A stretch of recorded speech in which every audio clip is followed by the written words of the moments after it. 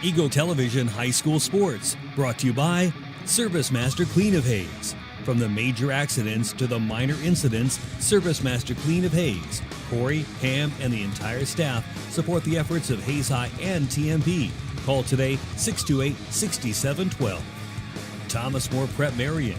Through the dedication of students, parents, teachers, and alumni members, the focus is on Christian values and community awareness.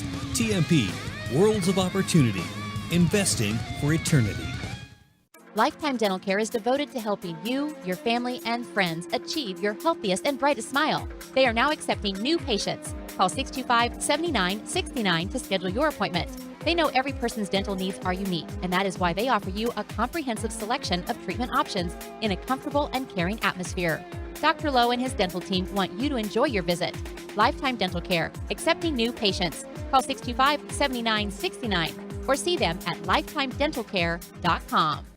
Gut Shock Equipment, family owned since 1973. Choose from an incredible selection of products, including Arctic Cat. Stop dreaming, start riding. Always wear a helmet and don't drink and ride. Kurt Staub Agency, your American family insurance agent with locations in Hayes and Ellis. Just the right coverage for wherever your dreams take you. Verney's Hamburger House. Feed yourself or the whole team with great burgers, milkshakes, and the award-winning onion rings. Marianne, Bonnie, and the staff at Verney's Hamburger House, 17th and Vine in Hayes. Bacon Rind Appraising Services, the lead provider of real estate valuations for the mortgage lending marketplace. With many years of experience, they have a proven track record. Contact Patty Bacon Rind today. Cross Manufacturing, looking for a few good people to join their team. Apply today. Cross Manufacturing. Home Steel Siding and Windows, making your home or business beautiful, energy efficient and comfortable with quality products they stand behind. See them online at homesteelsiding.com. Thank you for choosing to style Classic Quality Body Shop. Classic Quality Body Shop has had the pleasure of serving this area since 1984. Much like a sports team, Shelton and his team have worked hard, grown together, and followed the playbook of taking care of customers to become one of the most highly regarded body shops in the area. Support your local team, whether on the field or when choosing who you do business with. Thank you for choosing to style Classic Quality Body Shop. See their ad in the Next Tech directory. Steel Fabrications, the Iron Men of Western Kansas. Steel Fabrications. Thirsties, before the game, during the game, and after the game. Enjoy great food and a great atmosphere. Coldwell Banker Executive Realty. At Coldwell Banker Executive Realty, they believe there is nothing more powerful or more important than a home. Call or stop by today for all your real estate needs. Next Tech Wireless, avid supporters of local athletic programs, and have sponsored multiple school events. Are you ready for something different? See Next Tech Wireless. NCK Tech, North Central Kansas Technical College, is dedicated to being a leader in workforce development by maximizing value for students, employers, and communities. Log on to ncktc.edu to see what they can do for you. Paul Wurtenberger Construction, designing and building residential and commercial. Building dreams for over 30 years, Paul Wurtenberger Construction. Insurance Planning Incorporated, insurance for the way you work and live. For business, home, and family. Value the price, remember the service. Insurance Planning, IPI Financial Services, and AgPro Crop Insurance. Offices in Hayes, Great Bend, and Russell. Hayes Chevrolet. They have a huge selection of brand new cars, trucks, vans, SUVs, and a great selection of pre-owned vehicles. See them online today at HayesChevrolet.com.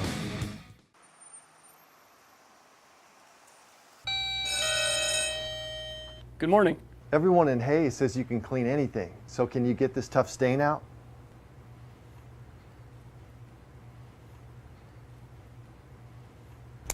Grape jelly, we can get that out.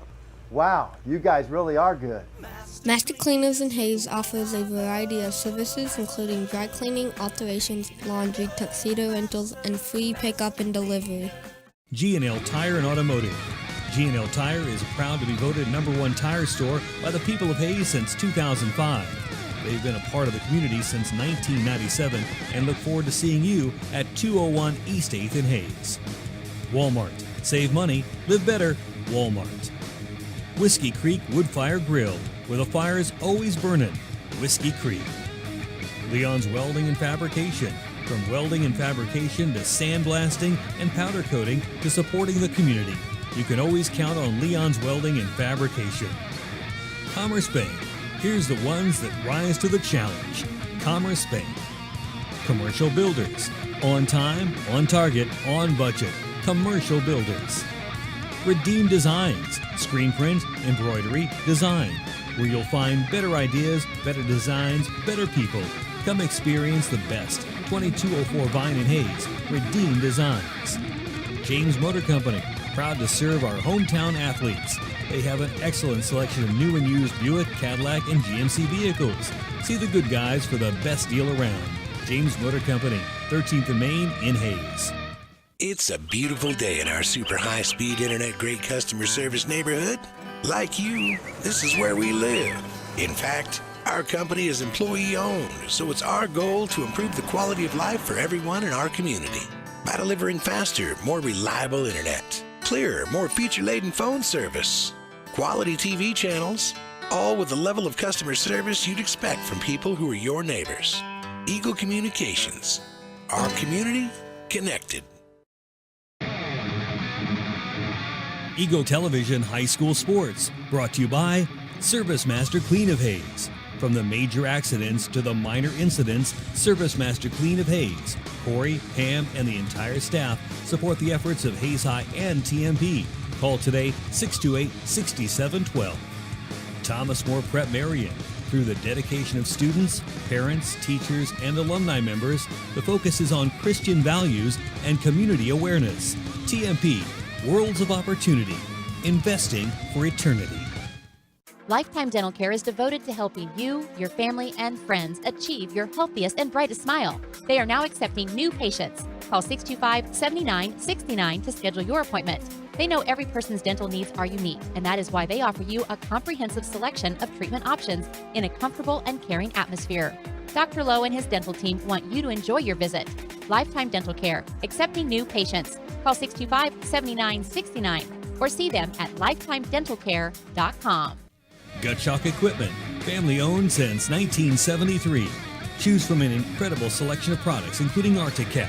Stop dreaming, start riding. Always wear a helmet and don't drink and ride. Kurt Staub Agency, your American family insurance agent with locations in Hayes and Ellis. Just the right coverage for wherever your dreams take you. Vernie's Hamburger House. Feed yourself or the whole team with great burgers, milkshakes, and the award-winning onion rings. Marianne, Bonnie, and the staff at Vernie's Hamburger House, 17th and Vine in Hayes. Bacon Rind Appraising Services, the lead provider of real estate valuations for the mortgage lending marketplace. With many years of experience, they have a proven track record. Contact Patty Bacon Rind today. Cross Manufacturing, looking for a few good people to join their team. Apply today. Cross Manufacturing. Home Steel Siding and Windows, making your home or business beautiful, energy efficient and comfortable with quality products they stand behind. See them online at homesteelsiding.com. Thank you for choosing to style Classic Quality Body Shop. Classic Quality Body Shop has had the pleasure of serving this area since 1984. Much like a sports team, Shelton and his team have worked hard, grown together, and followed the playbook of taking care of customers to become one of the most highly regarded body shops in the area. Support your local team, whether on the field or when choosing who you do business with. Thank you for choosing to style Classic Quality Body Shop. See their ad in the Next Tech directory. Steel Fabrications, the Iron Men of Western Kansas. Steel Fabrications. Thirsties, before the game, during the game, and after the game. Enjoy great food and a great atmosphere. Coldwell Banker Executive Realty. At Coldwell Banker Executive Realty, they believe there is nothing more powerful or more important than a home. Call or stop by today for all your real estate needs. Next Tech Wireless, avid supporters of local athletic programs, and have sponsored multiple school events. Are you ready for something different? See Next Tech Wireless. NCK Tech, North Central Kansas Technical College, is dedicated to being a leader in workforce development by maximizing value for students, employers, and communities. Log on to nckTC.edu to see what they can do for you. Paul Wurtenberger Construction, designing and building residential and commercial. Building dreams for over 30 years, Paul Wurtenberger Construction. Insurance Planning Incorporated, insurance for the way you work and live. For business, home, and family. Value the price, remember the service. Insurance planning, IPI Financial Services, and AgPro Crop Insurance. Offices in Hayes, Great Bend, and Russell. Hayes Chevrolet. They have a huge selection of brand new cars, trucks, vans, SUVs, and a great selection of pre-owned vehicles. See them online today at HayesChevrolet.com.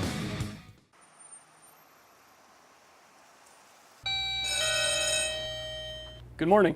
Everyone in Hayes says you can clean anything, so can you get this tough stain out?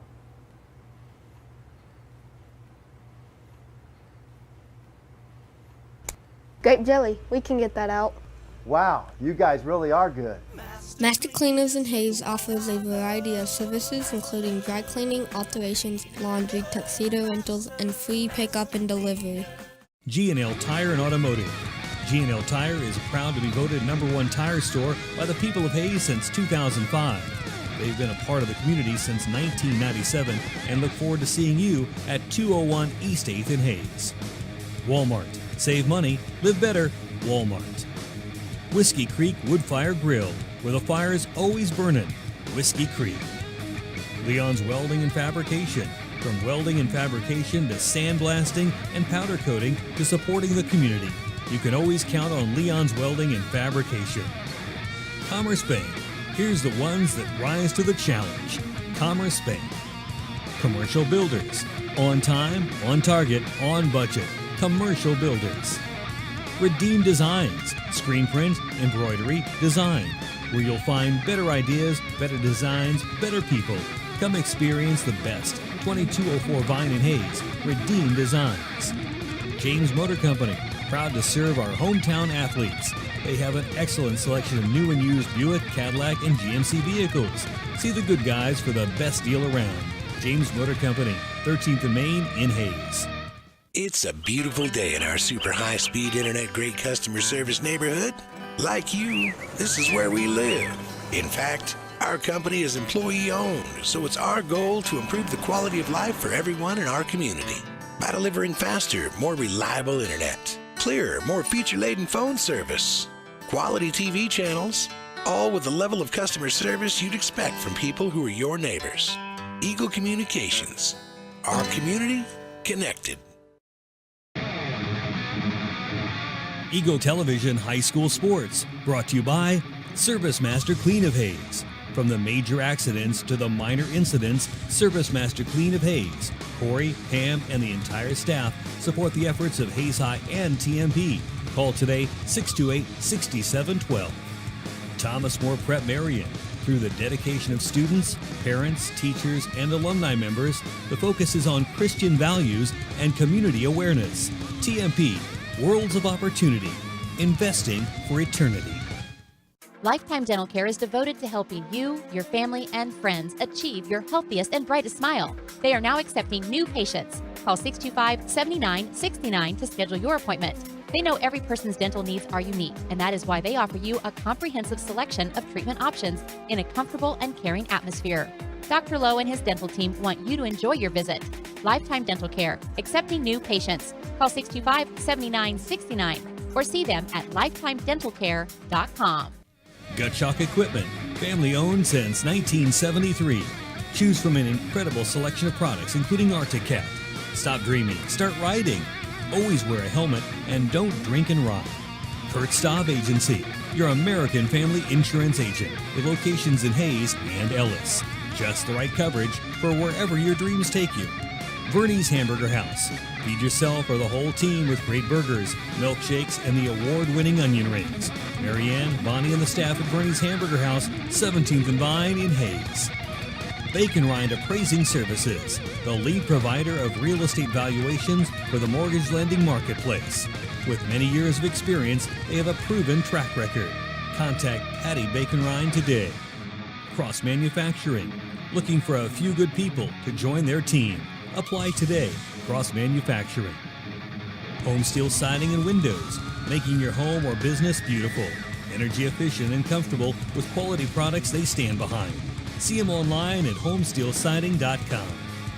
Thank you for choosing the style classic quality body shop. Classic Quality Body Shop has had the pleasure of serving this area since 1984. Much like a sports team, Shelton and his team have worked hard, grown together, and followed the playbook of taking care of customers to become one of the most highly regarded body shops in the area. Support your local team, whether on the field or when choosing who you do business with. Thank you for choosing the style classic quality body shop. See their ad in the Next Tech directory.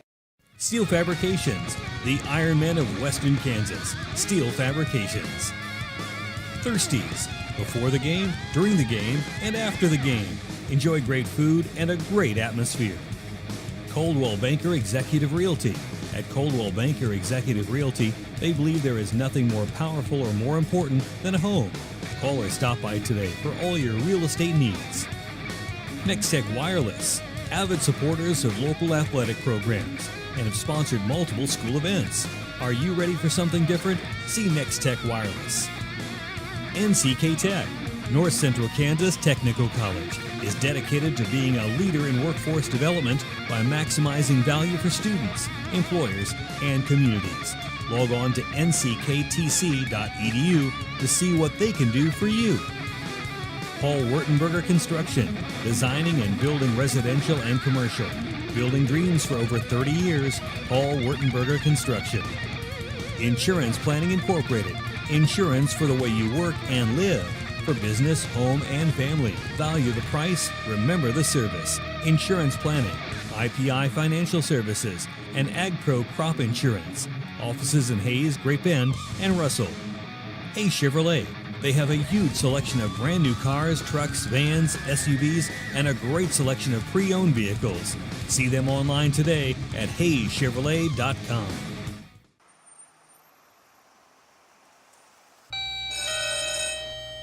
Good morning. Everyone in Hayes says you can clean anything. So can you get this tough stain out?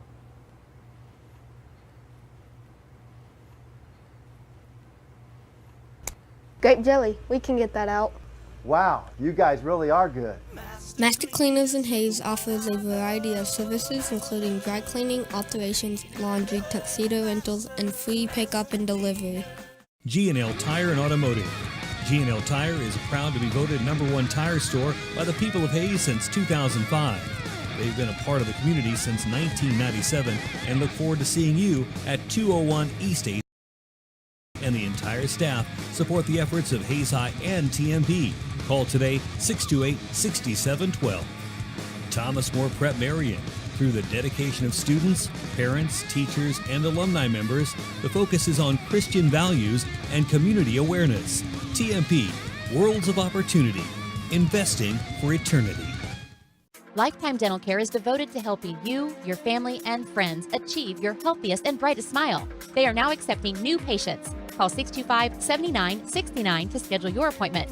They know every person's dental needs are unique, and that is why they offer you a comprehensive selection of treatment options in a comfortable and caring atmosphere.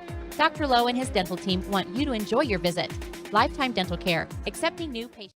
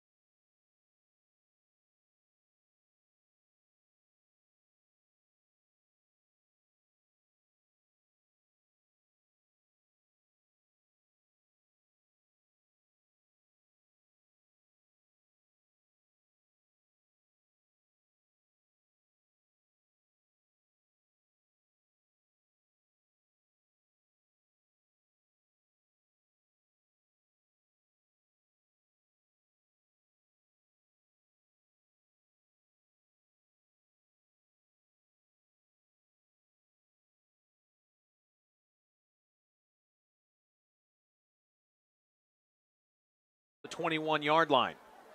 Shotgun formation.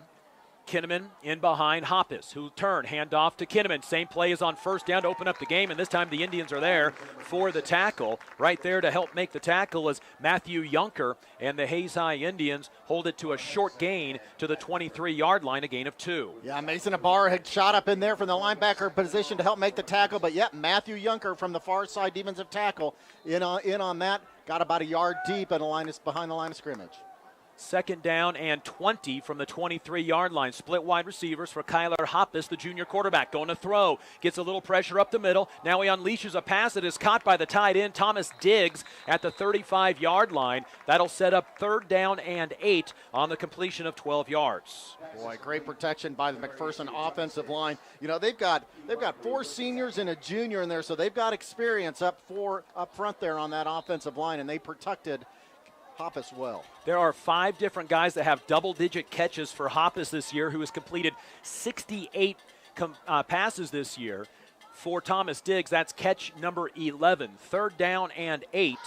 McPherson, a team that converts 32% of their 3rd downs this year, 19 for 60. This is after a penalty on 1st down. Back to pass is Hoppus. Indians see him throw right, and it's going to be dropped. Tavian Kramer comes up and knocks it out of the leading receiver's hands. Talon Huff, the 6-foot, 162-pound junior, has 16 catches on the year, but dropped that one. Nice coverage by Tavian Kramer. It was great coverage by Tavian Kramer, and even at that, the ball had been thrown short of the 1st down marker. So the Hayes High Indians taking advantage of a holding penalty by McPherson, holding them to where they've got to punt the ball. Now the Hayes High Indian offense is going to get the ball for their first possession of this game. And the Indians will send Palmer Hutchison back to return this punt. The kicker is going to be the running back, Jace Kinnaman. 6 punts, 28-yard average. This punt is going to be one of his best of the year. Hutchison settles in under the 27-yard line. Right side return, spin at the 30 and gets out to the 35. Spun away from the initial tackle. One more step, he might have been gone. The the punt is going to be a 38-yard punt. But Hayes High holds, and we'll get the football with 9:48 remaining in the first quarter in good field position at the 36. So the Hayes High Indian defense starting off where they've been playing so well this full season long. They're holding offenses. They're held that McPherson offense. Now it's time for the Hayes High Indians, and remember, 1st down yardage is so important. I formation for the Indians. Schmidberger, the fullback. It's going to be a handoff. Nope, keeper, and now a toss right side for Hayden Brown, and he's going to go backwards, back to around the 30-yard line. This McPherson defense is no joke, allowing just 113 yards total. 30 on the ground, 83 through the air. Little triple option, and the Indians go backwards 6 yards to the 30 on 1st down. Yeah, we talked about it in pregame, Dustin. This McPherson defense is good, and boy, they ought to be. 10 players returned from last year's team that saw significant playing time. 10 players on defense come back. The Indians do have the returning Kyler Kinke at left guard tonight. He had started all but the last 2 games. Man in motion is Markley. Play action. Keeper by Hunter Brown. He gets to the 30 and then gets ankle tackled, or he has a big gain. Tackle is going to be made by the McPherson Bullpups safety, Drew Labertu. Otherwise, Hunter Brown is off to the races. A gain to the 34-yard line, 3rd and 12 for Hayes High. Yeah, Hunter made a nice jump laterally to the left to this near side of the field and forced an ankle tackle, but yeah, just a split second away from breaking through that. McPherson's defense allows just a 17% conversion rate on 3rd down this year, 12 of 70. Hayes High converts 24% on the season on the offensive side, 15 of 63. Play clock down to 15 when the huddles broke. Graydon Mayfield tied in to the right. And now Keaton Markley heads to the wide side of the field as well, moving right to left. 3rd down and 12. Play clock down to 4. Hayden Brown in motion. It's going to be a keeper by Hunter Brown. Goes right side, 40. Flag on the plays. He reaches out and comes up just shy of the 1st down marker. We will see what the penalty is, and it looks like it's going to be on the Hayes High Indians. It would be 4th and 1, but Hayes High is called for a hold in the backfield, back at their own 33-yard line. And McPherson says they want to bring it back from that 4th and 1. Boy, they certainly are. It looked like Trey Van Pelt and number 23, Michael Mendez for the McPherson Bullpups. Michael's a 180-pound senior. He's a defensive tackle. Those two were locked up in the backfield. Looks like Trey Van Pelt got called for the hold there. And so the Hayes High Indians will have that ball back at the 23-yard line. It'll be third down, and what was 12 is going to be third down and about 25 now. And this is what's difficult for the Hayes High Indian offense. They gave up 5 yards on first down, and now the penalty backs them up to third down and very, very long. Third and 23 for Hayes High. 3 wide receivers for Hunter Brown. McPherson showing blitz. They bring the blitz. Handoff goes to Dylan Schmidberger. He runs into a Michael Mendez again. Hayes High didn't get a hat on that linebacker. If they do, it's a chance for Schmidberger to run a long ways, but instead up to the 24-yard line, Hayes High will lose yards because of the penalty and punt the ball away. Yeah, now they're going to give McPherson good field position unless Clark can get off a excellent punt here. For Logan, it's his 31st punt of the year, and he gets away the punt. The line of scrimmage was the 24, and it comes off his leg, and it's going to go down and be touched at the Hayes High 45 or 46-yard line. Yeah, and now you've given McPherson field position in Hayes High Indian territory to start this drive. Just a 22-yard punt. Logan had been averaging 38 per punt. And as Kurt said, now you end up after what was a long 3 and out because of the extra play on a penalty, each team derailing a drive because of a penalty. It'll be 1st and 10 on the plus side of the field at the 46-yard line. Now, Jace Paplovich, the coach for McPherson, wants to know why that ball isn't a little further up. It was initially touched at the 46.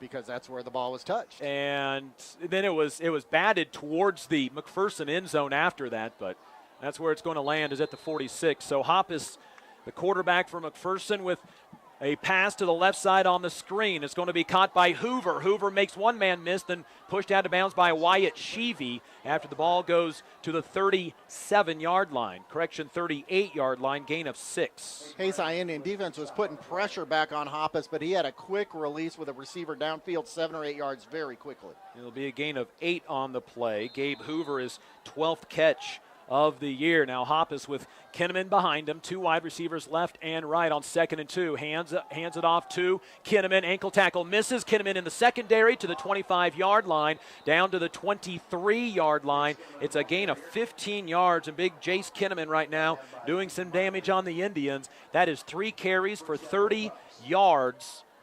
On the year, 89 carries, 488 yards, and McPherson taking advantage right now of the great field position after Hayes High 3 and out in a short punt, and McPherson right back to work. 2 wide receivers left and right from the 23 on the left hash. Moving left to right. Handoff goes again up the middle. Kinnaman, he steps out of a tackle, loses his helmet, and picks up 7 yards.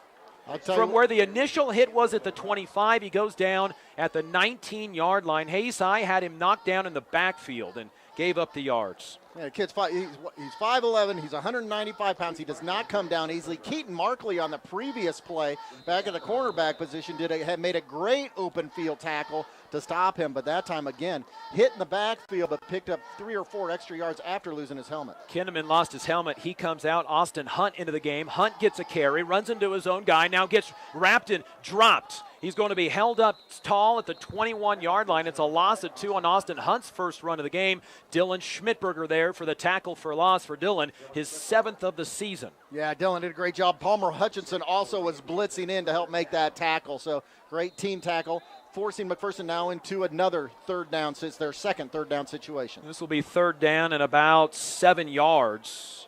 McPherson 0 for 1 on third down so far tonight when they dropped a pass. This might be 4-down territory. They've attempted only 2 field goals this year. Empty backfield for Hoppus. Now he puts a man in motion. He's going to keep it himself, run up the middle, make the first guy miss. Making the tackle, though, is Keaton Markley. Strong tackle at the 16. It's a gain of 5 yards. It'll set up 4th down and 3 for McPherson. Keaton Markley, the junior, came to play tonight in the first quarter. That's his second great open field tackle. First carry for Kyler Hoppus. Doesn't carry it often. 25 carries in 6 games for 125 yards.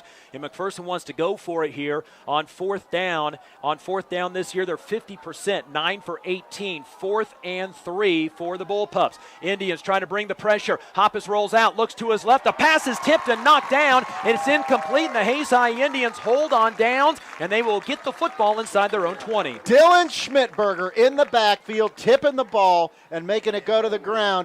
holding McPherson on 4th down. They held them on 3rd down last time. Now they've held them on 4th down. McPherson turns the ball over on downs. Hayes High will get the football at their own 16. Indian football brought to you by Eagle Communications, Midwest Energy, Heartland Building Center, Gibbs Auto Supply, Horizon Appliance and Electronics, USAFE Pharmacy, Next Tech, and Steel Fabrications. 5:23 to go, scoreless first quarter. Shotgun formation for Brown. 2 right, 1 left, puts a man in motion. That's going to be Markley coming near side. It's a play action, keeping it as Hunter Brown, and the quarterback gets hit back inside the 15, all the way back down to the 12-yard line. Loss of 4 on first down. Kurt David, one of your keys to the game was first down yardage, and Hayes High on their first 2 first down plays of the game are -6 and -4. Yeah, what I said is the Hayes High Indians have got to pick up at least 3 yards on first down, preferably 4 or 5, and right now they've lost 4, 5, or 6 yards on both first down plays.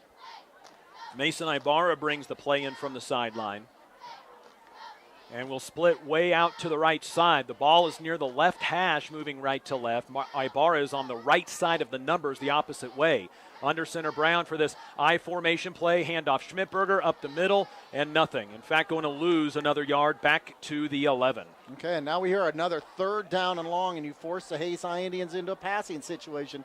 They have no other options here really on 3rd down. They're going to move him back to the line of scrimmage at the 12, so 3rd down and 14 coming up for the Hayes High Indians. They had a 3rd and 23 earlier because of a penalty. They had gotten the ball to where it's 4th and 1 at the 44. Hayes High may have been tempted to go for it at that time, but instead a penalty brought it back. Now Lane Becker is in at the fullback position, and Hayes High is going to take a timeout before the play is ran. Timeout Hayes High with 4:01 to go in this first quarter. 3rd and 14 coming up. Indian football brought to you by Edward Jones, Darrell Jeff, and Linda Seibel, Discount Siding and Insurance Planning. You know, you got to struggle a little bit with that timeout call by Coach Rath and the Hayes High Indians. That had to be a frustration timeout with the players not being set offensively. Coach Rath to date has really used timeouts well, Dustin. He's used them in those situations where it was a key, crucial play. Either the offense or the defense needed a little bit of a break to kind of regroup. You know, this is a 3rd and 13 situation. This is not one of those crucial type plays. It's not a game-ending situation. That was all about players not being in the right place, and that's got to be a timeout of frustration. Hayes Kalon scoreboard update has Great Bend leading Liberal in the first quarter 7-0. It is in the first quarter, and Wamego has taken a 6-0 lead over Abilene after missing the extra point.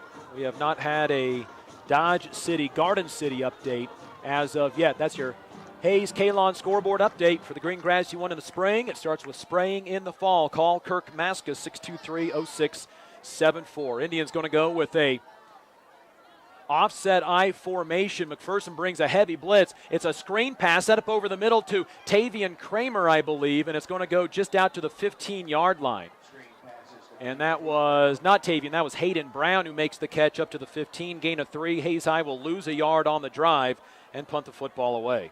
Yeah, I'll tell you what, Hunter Brown doing that play from under center didn't really give him a lot of time to set up. There were 2 blitzing linebackers for McPherson. So Hayes High will punt, this time from their own 15-yard line. Logan Clark's punt, much better. The punt will land at the 50. Now take a big McPherson bounce to the 45-yard line. The second time that McPherson is going to get the ball in Hayes High territory. A 30-yard punt by Logan Clark, but a lot more hang time.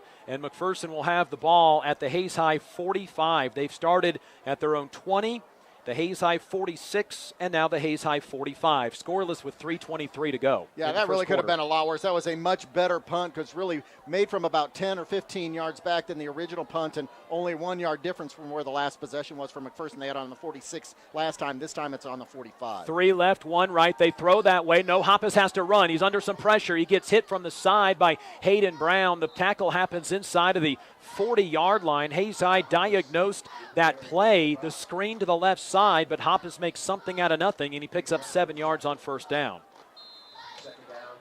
Logan Schulte coming in now in a defensive tackle position, giving Trey Van Pelt a little bit of break. Indians will go 3-3. I'm sorry, Matthew Yunker a break. Hayes High will go 3-3 stack this time with 3 down linemen. It's a handoff. Kinnaman straight up the middle. Hayes High there to make the initial hit, but he escapes the tackle of Logan Schulte. Gets a first down inside the 35 down to the 34-yard line. Yeah, Logan Schulte had him wrapped up near the line of scrimmage. Dylan Schmidberger then finished off the tackle, but it wasn't after Jace Kinnaman made it 4 or 5 yards after that initial contact. Jace Kinnaman, 5'11", 195, and that's the second time we've seen him step out of a tackle and get a first down. This is 1st and 10 from the 33.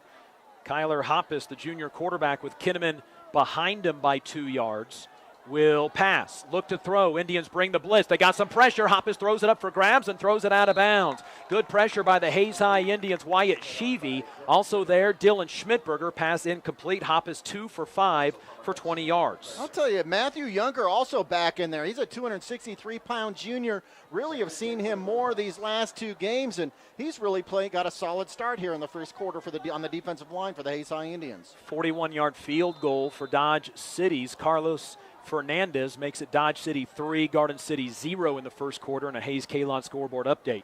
2 left, 2 right for the quarterback. It's a handoff to Kinnaman on the draw, and he's going to get yardage to the 25-yard line. On 2nd and 10, he picks up 8 yards and sets up 3rd down, about 2.5 coming up for McPherson. All right, and Logan Schulte now coming in. Matthew Younger and Logan Schulte trading off here. A great strategy. We talked about that a couple weeks ago at Liberal, where great strategy by the Hayes High Indian coaching staff to give those defensive players a little bit of a rest. Kinnaman, 6 carries, 47 yards, gets the call on 3rd and 2, comes off the first 2 hits. There's Keaton Markley to finish him off, but enough for a first down for the McPherson Bullpups as Kinnaman continues to get a heavy dose of action here down to the 22-yard line, gain of 3. Yeah, but Keaton Markley seems to be the one guy that can wrap him up tonight and take him down solo on another good open field tackle. It's the first time that McPherson has converted on 3rd down, now 1 for 3. 2 wide receivers left and 3 to the right for Kyler Hoppus. He ran a draw out of this play the last time. Hoppus is going to drop back, look to the right on the screen, throw it to Hoover. Hoover at the 20. He's at the 15-yard line, hit on the sidelines and knocked out by Tavian Kramer. Hayes High wants a flag on a holding penalty, not going to get it. The ball goes down to the 13-yard line, and it's a gain of 12. That is a gain of 9 yards on 1st down. Yeah, Hayes High Indian defensive coaching staff's got to figure out that formation real quick. There were 3 receivers out wide and only 2 defensive backs in coverage. McPherson could run that play all night long if there's going to be 3-on-2 coverage like that. 2nd down, 1.5 yards from the 13. Again, 5 wide receivers. It's a keeper by Hoppus. The quarterback right up the middle. He's at the 5, gets hit, spins out, dives for the end zone. Touchdown, Hayes High. Indians missing tackles, and it's a touchdown for Kyler Hoppus. It is his 6th rushing touchdown of the year. That one from 13 yards out. Yeah, we talked about Jace Kinnaman doing this and getting yards after the initial hit. That time, Kyler Hoppus picked up the last 4 yards into the end zone after that initial hit. The Hayes High Indians held McPherson scoreless on their first 2 drives. McPherson takes advantage of good field position. Hayes High nearly blocks the kick, but the kick by Labertu is good, and the Hayes High Indians fall behind 7-0 to the McPherson Bullpups. It comes with 1:25 to go in the first quarter. A Kyler Hoppus 13-yard run. Yeah, but I'll tell you what, that was set up by excellent field position, set up by pushing the Hayes High Indian offense back. The Hayes High Indian offense has had 2 possessions now, and both of them have been 3-and-outs, resulting in punts. Both of those giving McPherson advantageous field position on their second position at the 46, and this time on the 45, and between Jace Kinnaman and Kyler Hoppus, just able to push that thing through. Right now, the Hayes High Indian defense has done good jobs on 3rd down. They've done a good job on the 1 4th down play, but boy, they've got to wrap up. They've got to figure out a way to wrap up Jace Kinnaman and really shut down those extra yards that he's picking up after the initial hit. Tackles are happening too high. Indian football brought to you by High Plains Farm Credit, High Plains Roofing, Hayes Kalon State Glass Company, and Lewis Automotive Group. So Hayes High will set up for their first kick return of the game. Drew Labertu, who just booted the extra point, will tee up from the 40-yard line near the left hash. Hayes High returning right to left. Have Hayden Brown standing at the 5. Standing at the 15 is Tavian Kramer and Keaton Markley. The kick from Labertu is a high but short kick, returnable for Brown, who catches it on the run at the 7. Right side return 10, 15, 20, and then runs into a defender at the 21. Flag launches in on the play. I don't know that is going to turn out well for the Indians, and it's a hold on the Hayes High Indians. So instead of starting at the 20, they'll start it back at their own 10. Hayes High starting field position, their own 36, their own 16, and now their own 10 on the Indians' second penalty of the game. Yeah, now here's what's tough. There's now just been, that was a 7-play drive that went 45 yards, consumed 2 minutes, and now 7 or 8 players of the Hayes High Indians get no break whatsoever coming into this offensive drive, and they've got to start it on their own 10-yard line. Dante Blackman at left tackle, Kyler Kinke left guard, Trey Van Pelt the center, Colton Schoendahl the right guard, Logan Schulte the right tackle. Indians in the shotgun, 3 right, 1 left from the 10-yard line. Lane Becker is the fullback. It's a pass near side, intercepted, then dropped. It's the Indians' only second pass attempt of the game, and that was almost a pick 6 for the McPherson Bullpups, and a player for McPherson lost their helmet, has to go out of the game. Hayes High fortunate that right now it is not a interception, and now an unsportsmanlike conduct penalty has been called against McPherson, so Hayes High will get the ball to the 25-yard line. Well, that's the best thing that's happened so far, and what a change of events, because it was the safety, Gunnar Reese. He's a senior for the McPherson Bullpups. He had a pick 6 in his mind and really was looking at the end zone instead of at the ball. That's what caused him to drop it.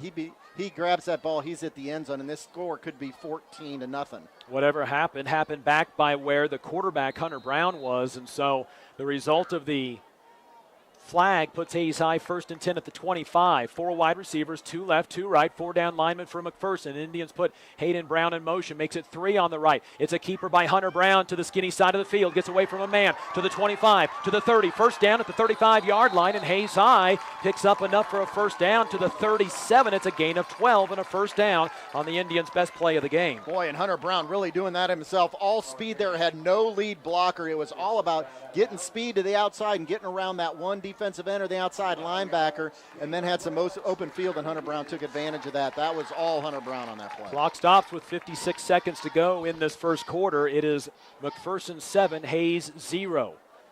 Mason Ibarra right side, Keaton Markley right side, Hayden Brown and Palmer Hutchison to the left side. Becker is the fullback to the left side of Hunter Brown. It's a handoff on a sweep. It goes to Keaton Markley to the skinny side of the field, and he gets cut down back at the 35-yard line. Loss of 2 on first down. Yeah, that handoff was about 4 or 5 yards deep in the field. McPherson had pursued it well, and again, you're right. They're coming to the narrow side of the field, so the ball's on the near side hash mark, so they've got a very small area to work with, and there were 3 or 4 Bullpups in that area to make that tackle. Hayes High now faces 2nd down and 12 from their own 35. 23 seconds to go in this quarter. Hayes High does have to get off one more play. Keaton Markley right side, tight end Graydon Mayfield right side. Now 2 wide receivers to the left. Play clock down to 5. Hayden Brown in motion. There's the shotgun snap. It's going to be a play to Lane Becker, and Becker gets blown up in the backfield. There are 6 white jerseys in the backfield. It is led by McPherson's Noah Avila, and that'll be the end of the first quarter. Hayes down 7-0, and they face 3rd down and long coming up after the first quarter has expired here on Hayes High Indian football. Thank you for choosing the style classic quality body shop. Classic Quality Body Shop has had the pleasure of serving this area since 1984. Much like a sports team, Shelton and his team have worked hard, grown together, and followed the playbook of taking care of customers to become one of the most highly regarded body shops in the area. Support your local team, whether on the field or when choosing who you do business with. Thank you for choosing the style classic quality body shop. See their ad in the Next Tech directory. Thank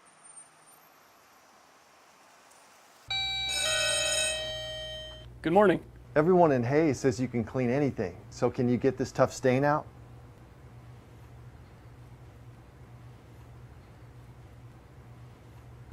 Grape jelly, we can get that out. Wow, you guys really are good. Master Cleaners in Hayes offers a variety of services including dry cleaning, alterations, laundry, tuxedo rentals, and free pickup and delivery. Hayes High will be facing 3rd down and 18 on this next play from their own 29-yard line. We start the second quarter. McPherson leading Hayes 7-0. Hayes on 3rd down so far, 3rd and 23, 3rd and 14. This is 3rd and 18. Yeah, Hayes High Indians have 2 first downs on this drive. One was aided by an unsportsmanlike call penalty of the McPherson Bullpups. The other one, Hunter Brown did on his own, and he did it on 1st down. Picking up yardages on 1st down is so key. On this particular drive, they lost 4. On this particular part of the drive, they lost 4 on 1st down, and now they're on a 3rd and 16 play. Lane Becker seeing a lot of time at fullback with Dylan Schmipper kind of just going on the defensive side. It's going to be a play-action pass. Brown looking to throw over the middle for Markley. It's off his right hand and incomplete. If he catches it, he's off to the races for a touchdown. Instead, incomplete pass. Hayes High was inches from completing the pass. Boy, was Keaton Markley's really stepped up well tonight with open field tackles on Chase Kinnaman defensively, and that time he had really an opportunity to showcase it on offense as well. Just missed him by the fingertips. Hayes High Indians, a 5-play drive, pick up 20 yards, but 15 of that aided by a McPherson Bullpup unsportsmanlike call penalty. The 3rd punt of the game for Logan Clark is off of his right foot, and it is going to be a spiral punt caught at the 32-yard line. Left side return for the Bullpups at the 40. Spin move 45, flag on the play. After the 38-yard punt by Logan Clark, that's more his average. Hayes Kalon scoreboard update for you has Wamego leading over the Abilene Cowboys 6-0 after 1 quarter in the other district game. Penalty on McPherson at the 40-yard line will wipe off most of the return, and it'll start McPherson at their own 30. Boy, but how nice it is to have McPherson starting back in their own territory. The last 2 drives have started in the Hayes High Indian territory at the 45 and the 46 respectively. Now McPherson will have to start on their own 30-yard line. You are interested in the Andale-Buhler game, Kurt David? That is 0-0. I'll tell you what, Buhler after 1 quarter. Everybody's going to think Buehler's going to win this game, but Andale is 6-0 and have walloped opponents. Shotgun formation for Kyler Hoppus. Jace Kinnaman behind him. It's a turn and handoff to Hoppus. Hoppus hit at the line of scrimmage, taken down after a short game. Better tackling by the Hayes High Indians. A gain of 2 for Jace Kinnaman. Another scoreboard update for you brought to you by Hayes Kalon. Has Great Bend beating Liberal 14-0 after 1 quarter. Scoreboard updates brought to you by Hayes Kalon. The green grass you want in the spring starts with spraying in the fall with Hayes Kalon. 3 wide receivers right, 1 to the left for this 2nd and 8 play. From the 32-yard line, McPherson wants to throw. Hoppus steps up into the pocket, now flushed out to his right. 4 Indians giving chase, and the pass is completed wide open to Gabe Hoover on the far side of the field at the 42-yard line. Boy, and Wyatt Sheevy made a daring jumping tackle at Hoppus after he'd thrown the ball. The umpire standing right there did not throw a flag, but boy, that was a dangerous play, Wyatt. Gabe Hoover with his 3rd catch of the night so far. Hoppus now 4 for 7 passing. Ball out to the 42, almost to the 43-yard line. 2 right, 2 left for Hoppus. Jace Kinnaman behind him. It's going to be a pass play. Screen to Kinnaman on the near side, 40, 45 near midfield, and he'll go down right on the 50-yard line. It's a gain of 8 and a gain of 7 on that run, or on that pass to midfield. 5 of which were made after the initial contact of the Hayes High Indians that had them about 1 or 2 yards after the line of scrimmage. Jace Kinnaman, again, yards after that initial hit. Just Kinnaman's 4th catch of the year. The other 3 had netted 1 yard and a touchdown. 3 wide receivers right, 1 to the left. Now the McPherson offense jumps up, looks to the coaches on the far sideline. They have the play, and now Hoppus will set the line with 5 seconds to go on the play clock. Take the snap, look to throw right. Now he's under some pressure. He's going to throw it out of bounds. Are they going to say there's a receiver in the area? Apparently close enough, not for intentional grounding. 3rd and 3 coming up for the Bullpups, who are 1 for 3. Well, Hoppus was throwing that ball away to the far side of the field. You know, Hoppus does have 2 interceptions on the season, so he can make mistakes. He didn't make a mistake on that particular play. Jace Kinnaman comes out of the game, so 5 wide receivers. Ben Nickel, a senior, comes in as the 5th wide receiver, and now Hayes High jumped. McPherson stood up, Hayes High jumped, and they're going to give the Bullpups a free 1st down. I'll tell you what, I'm not so sure that is a good thing, because there's those 3 wide receivers out to the far side of the field, and there's only 2 Hayes High Indians looking at those 3 receivers. I'll tell you what, Hayes High Indian coaching staff's got to figure out that formation. We talked about it earlier before. They run those 2 receivers up. Those 2 are covered. the one, comes back, gets the pass, picks up as many yards as he wants. So instead of 3rd and 3 play coming up, it's 1st and 10 for McPherson at the Hayes High 45-yard line. 10-14 to go first quarter. 7-0 McPherson. They come back with their normal package of the shotgun formation. Kinnaman behind the quarterback Hoppus. Play clock is down to 3. The fullback in motion, play clock at 1, snap, and a handoff to Kinnaman. Kinnaman on his feet, still at the 40-yard line, runs into the official at the 35, and he'll be driven to the side from there, short of the first down on a gain of 9. Yeah, they're going to mark it just short. The McPherson Bullpup team was coming up to try to push Kinnaman forward and didn't quite make it. He's about 3 or 4 inches short, it looks like. Abilene has just tied the game up in Wamego, 6-6. On a touchdown pass, but no two-point conversion. 2 right, 1 left on 2nd down and 1 for Hoppus. Now the entire line, except for the center, stands up, looks to the east sideline.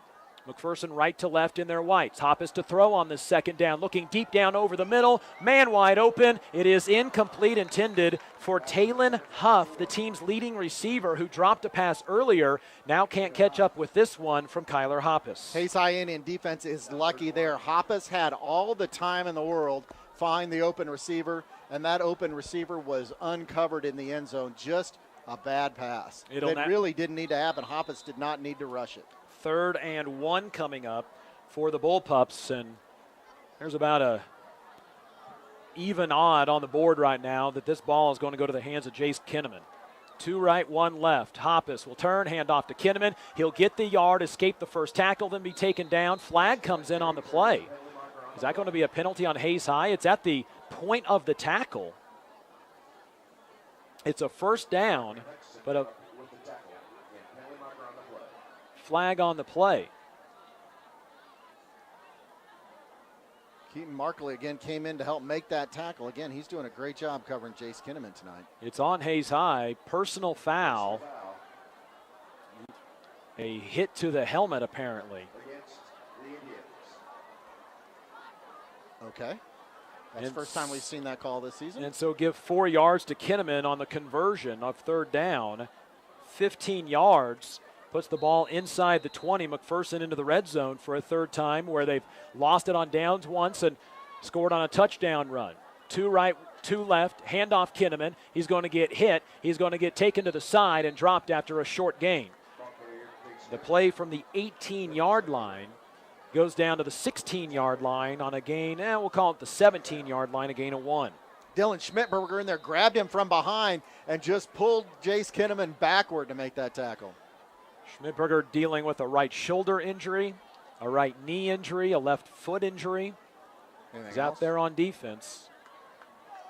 Not playing a lot of offense tonight. Shotgun formation. Kinnaman is the running back. 2 wide receivers right, 2 left. Kinnaman throwing right. Wide open man is going to be Hoover. He's hit at the first down marker and taken down over there by Hunter Brown, but enough for the first down. It'll be inside the first down marker that was at the 8-yard line, a gain of 10 to the 7. Yeah, Hunter Brown making a nice open field tackle there. The secondary played about 2 or 3 yards off the receiver, so able to get the pass and able to pick up the first down. Hunter Brown made a nice open field tackle, but now McPherson's got the ball 1st and goal on the 7-yard line. Gabe Hoover, 4 catches, 37 yards already. 2 left, 2 right again for Hoppus. Shotgun formation. He'll turn, hand off to Kinnaman. Kinnaman hit as he gets to the line of scrimmage. Cannot escape the tackle of Dylan Schmidberger.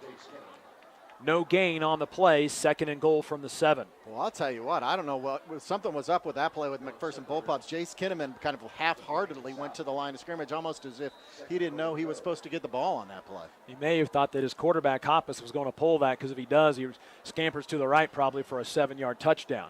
2nd and goal. There's going to be a loss of a yard on that play. Yeah, I mean, Jace Kinnaman really acted like he didn't even want the ball or wasn't expecting to have it. It was really, again, a half-hearted run into the middle of the line of scrimmage. So Schmidberger with a 2nd tackle for loss in the game. Again, shotgun formation. It's a handoff to Kinnaman. Big hole, touchdown McPherson. Not half-hearted run by Jace Kinnaman on that time. That time, again, plowing through the middle and after initial contact, picking up the last 3 yards to score a touchdown. His 13th carry of the first half makes it a 13-0 game, and McPherson's Drew Labertu on to attempt the extra points, McPherson has scored on back-to-back possessions. Now with 7:32 to go, second quarter. You know, the previous possession started at the 45-yard line for McPherson. That time it was on their own 30. The extra point up and true. It's 14-0. So, you know, but I'll tell you what, that was a 9-play drive that went 70 yards for McPherson. That was a quality drive. Now, it was aided by a Hayes High Indian penalty, the blow-to-the-head penalty, but still 70 yards in 9 plays, and Jay Skinnaman finishing it off there on those last 3 yards into the end zone. Hayes High Indian football is brought to you by Roof Masters, Progressive Physical Therapy, Shelter Insurance Agent Dustin Shoemaker, and Adams Brown, Barron, and Ball. Just over 7.5 to go in the second quarter. Hayes down 14-0. Scott City all over Colby, 21-0 with 10:48 to go in the second quarter. Also, it is still 6-6 between Abilene and Wamego. 14-0, Great Bend over Liberal. And Dodge City still with a 3-0 lead over Garden City, and Garden City just turned the football over. Scoreboard update brought to you by Hayes Kalon. Call Kurt Viner, 623-8427 for that green grass you won in the spring. Tell you what, Dodge City, we saw it last week and hang in a game. If Garden City allows Dodge City to stay in this game late, they're going to find out that Dodge City is going to walk away with a win tonight, and Garden City will have their first loss in the Western Athletic Conference. And oh, what that fumble and return would mean. Hayes High would be 3-1 in conference. Hayes High a chance to return. Hayden Brown has to let it bounce at the 10, picks it up at the 11, right side return along the sidelines, and then he's wrestled out of bounds at about the 19-yard line. You know, you talk about that fumble against Dodge City. It got a lot of focus, but, you know, here the Hayes High Indians are doing the same thing they did last week. 6 of 10 possessions last week were 3 and outs. First 2 possessions, 3 and out. The second possession, five plays. Now they went 20 yards, but that was aided by a penalty on McPherson. So Hayes High Indian offense really is continuing to sputter, and that's really been that was really the demise of them against Dodge City, and really so far in this first half has been their demise as well. Indians 3 possessions, 3 punts so far. I formation. Hayden Brown dots the I. It's a turn and handoff to Lane Becker. Gets drilled, losing 2 yards. That defensive line right now for McPherson is the big difference in this game. Lane Becker lost his helmet. The freshman will have to come out of the game. So Dylan Schmidberger will come in.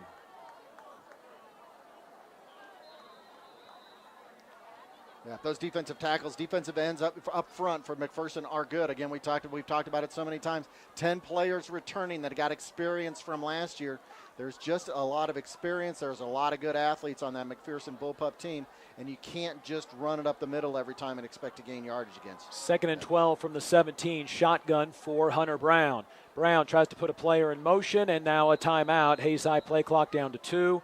Indian football brought to you by Classic Quality Body Shop, Uber driver Jenny Atwell, Redeem Designs, Midwest Construction, Hertz Rent-A-Car, and Eagle Technology Solutions. Again, I'm going to talk about it. Coach Rath all season long has used his timeouts effectively. The first timeout was one of frustration where players were not in the right place. This time again, the Hayes High Indian offense didn't necessarily need a break. It's a 2nd and 12. It's not one of those crucial downs that they've got to make. Coaching staff having to call timeouts to get players in the right place.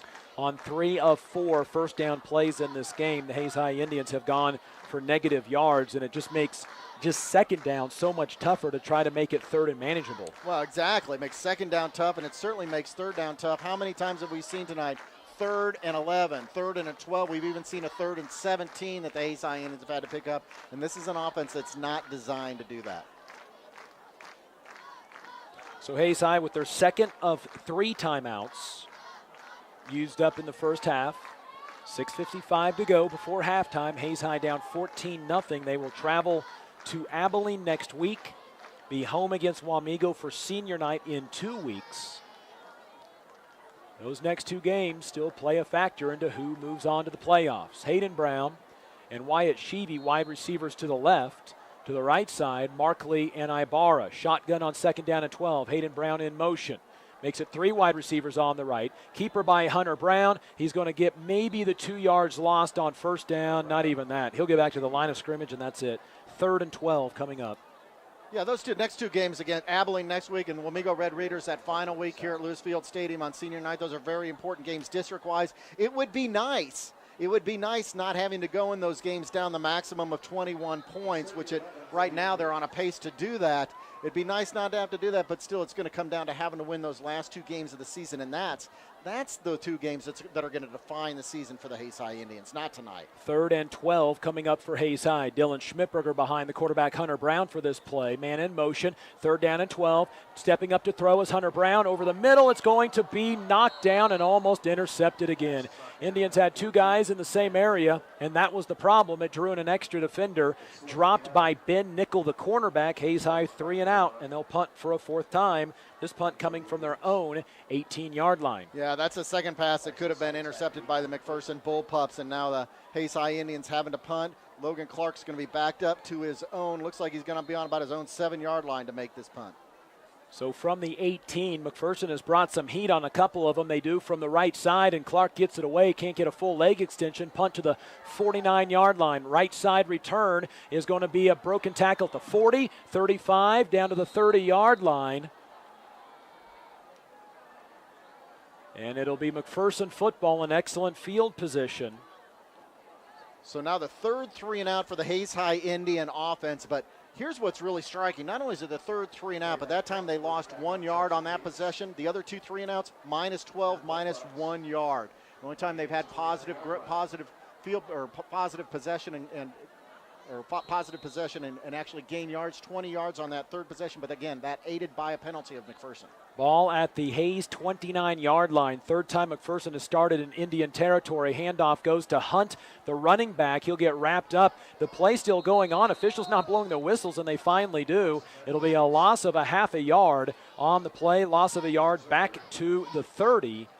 Tackle for loss, Chase Browse. Yeah, this is something we talked about in the Valley Center game where the Hayes High Indian offense, because of 3 and outs, really gave Valley Center possession of the ball so many times at or beyond midfield. And now, again, on the 3rd of 4 possessions, the McPherson Bullpups start in Hayes High Indian territory. Hayes High down 14-0, 5:19 to go before halftime. 2 left, 2 right for Hoppus. Austin Hunt again is the tailback for this 2nd down play. Hoppus looking left all the way. Man open in the flats. It's going to be picked up over there by a seldom used wide receiver. That's Chandler Wired, with the reception to the 25. Gain of 5, 3rd down coming up.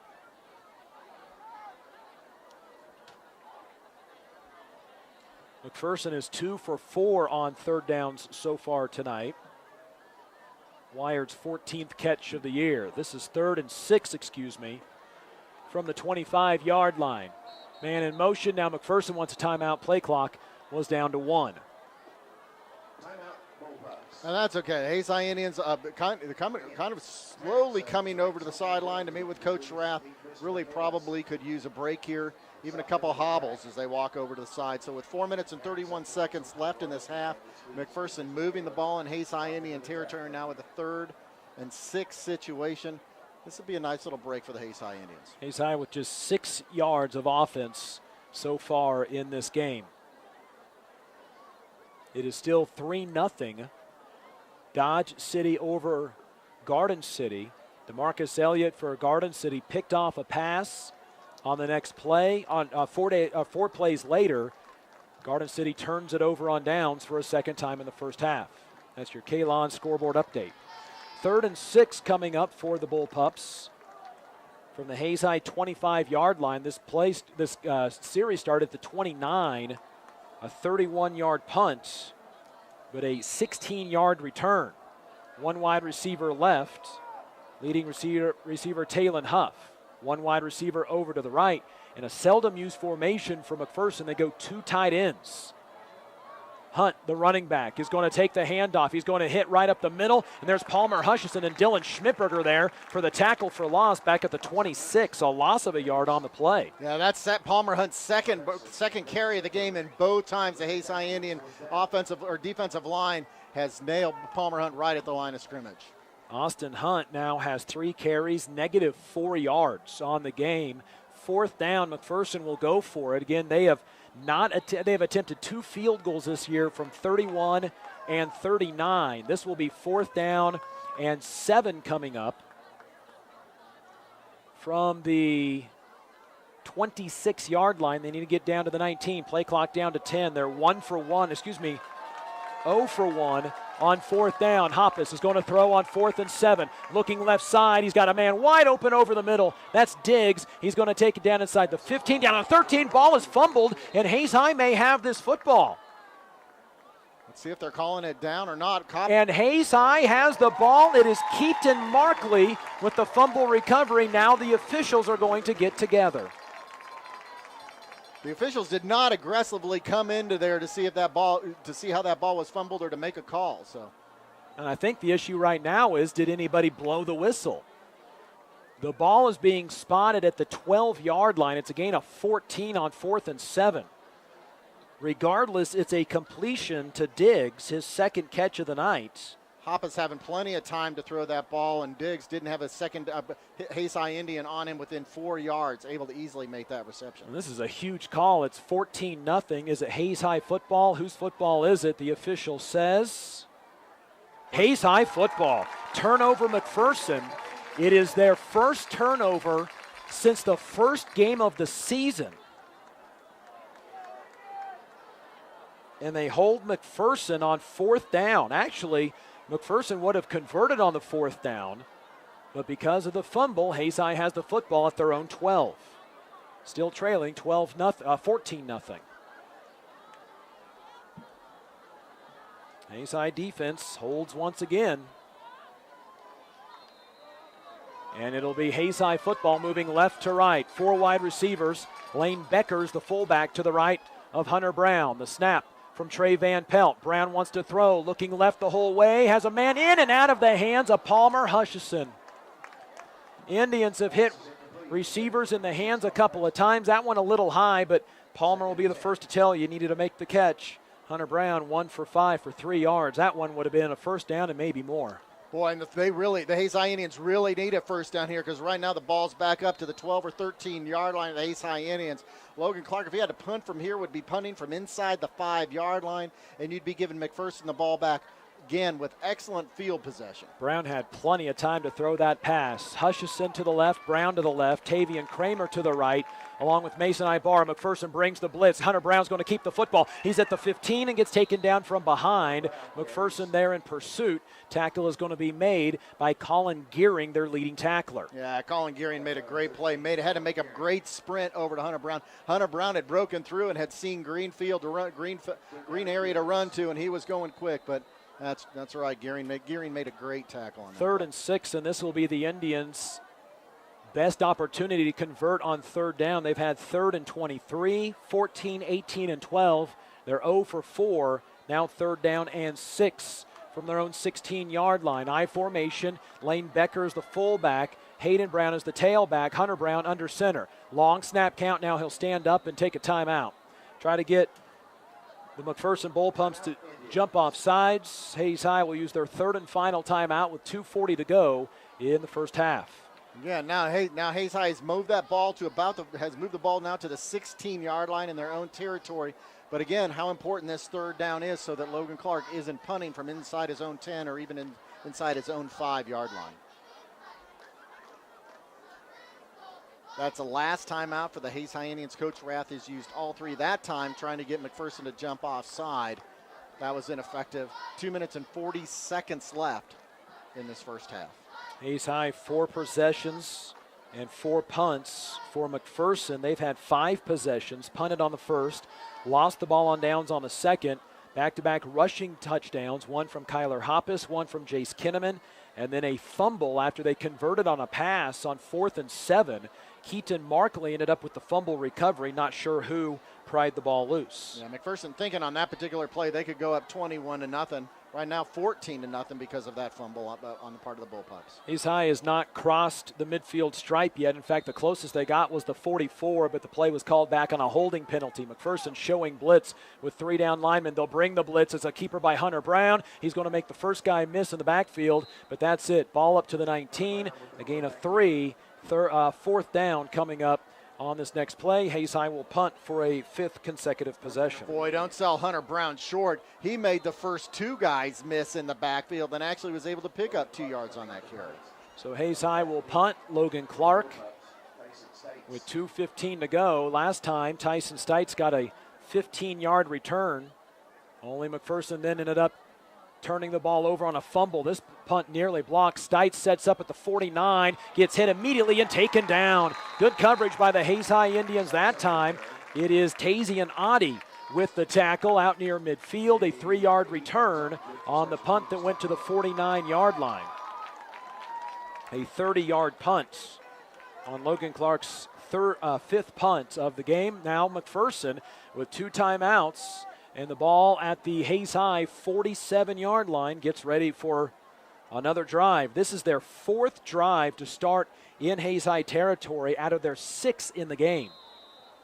2 right, 2 left. Diggs this side, Chandler Wire. They each had catches on the last drive. Hoppus looks right. He's going to have a pass completed to Hoover. Indians nearly miss a tackle, and then they come up with a tackle. Hunter Brown caught onto the jersey of Talon Huff. Otherwise, that's a touchdown for McPherson. Yeah, ball, though, to the 42, gain of 7. Yeah, Hunter Brown actually looked like he had missed that tackle, but in his right hand, it grabbed a little bit of the jersey of the McPherson Bullpup receiver and able to reel that back in and spin it down for a tackle. Gain of 5. I said 7. Gain of 5 to the 42-yard line. Clock stopped after the receiver, Talon Huff, out of bounds. Hoppus, the quarterback, now 9 for 14 for 80 yards. 2 right, 2 left for the Bullpups. Kinnaman's the running back. He'll play action pass. Look over the middle. Wide open is Hoover. Takes it down to the 15-yard line, down to the 13-yard line. It's a 29-yard pass play to Gabe Hoover. Wide open, his 5th catch of the night. Yeah, that play action really worked well for the McPherson Bullpups. We had not seen that play yet in the game. That was new to the Hayes High Indian defense, and they bid on Jace Kinnaman, who wouldn't, thinking he was going to run the ball. Hayes High Indian defense bent, left it a bit, and left the wide receiver wide open. Ball in the red zone for a 4th time. Here's a handoff. I believe that was Kinnaman going right side. Kinnaman down to the 9-yard line. The first down play was from the 13-yard line, a gain of 4. Matthew Yunker coming back into the game. Looks like he's given Kyler Kinky a little bit of a break. Oh, I'm sorry, Chase Browse a little bit of a break. Ball from the 9. 2 wide receivers right, 2 left for Hoppus, who will pass. Look left side, got a man open. It's caught near the end zone. Touchdown, McPherson. They're going to call him in. I thought maybe they pulled him down 1 yard short, but he must have reached that ball out over the end zone line for the score. Chandler wired from 9 yards out. 20-0 in favor of McPherson. 4 plays, 47 yards, and they take 55 seconds off the clock to score that touchdown. Touchdowns in 3 of their last 4 drives. Now the extra point blown dead. Hayes High Indians were offside. First touchdown pass of the night for McPherson. The 16th on the season for Kyler Hoppus versus the 2 interceptions. Drew Labertu on to attempt his 3rd extra point of the night. He was 18 for 26 coming in. Now the snap high. Labertu to roll out to his right. He's going to get taken. Nope, stay on his feet. Now lob it towards the end zone. It's going to be caught. 2-point conversion good. Hayes High missed on the tackle on the kicker. And the kicker threw up a prayer. Labertu threw up a prayer into the end zone, almost a Hail Mary type throw, and McPherson comes down with it. That'll make it 22-0. With 1:04 to go in the second quarter, a 15-point quarter for McPherson. And I'll tell you what, you talked about it early before that drive started. That's the 6th drive that McPherson's had the ball, and on 4 of those they have started their possession inside Hayes High Indian territory. McPherson Bullpup offense is too good, and the Hayes High Indian defense, which is very good, again has 8 people who are also playing on offense.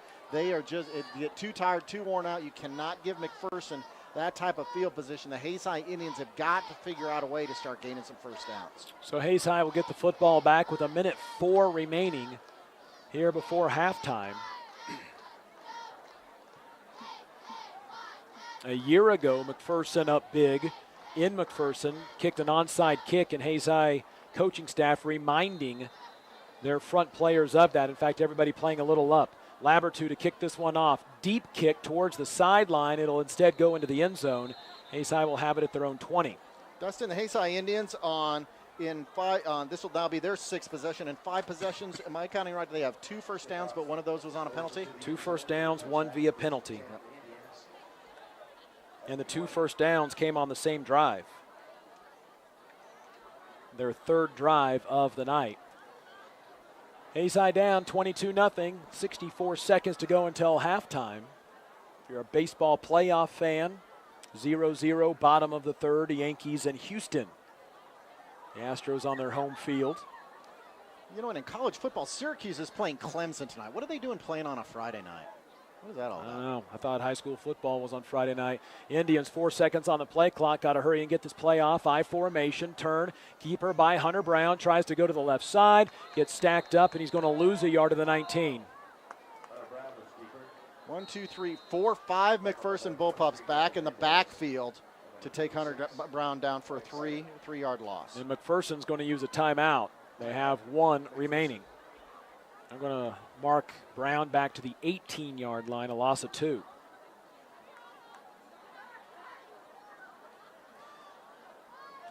Well, okay, I've got to do a little bit of math there. There's 54 seconds left on the clock. You got a 25-second play clock.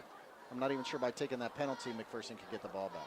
Halftime score on our Hayes Kalon scoreboard update. Garden City is taking a 6-3 lead over Dodge City. That game has just reached halftime. At halftime, Great Bend leads Liberal 14-0.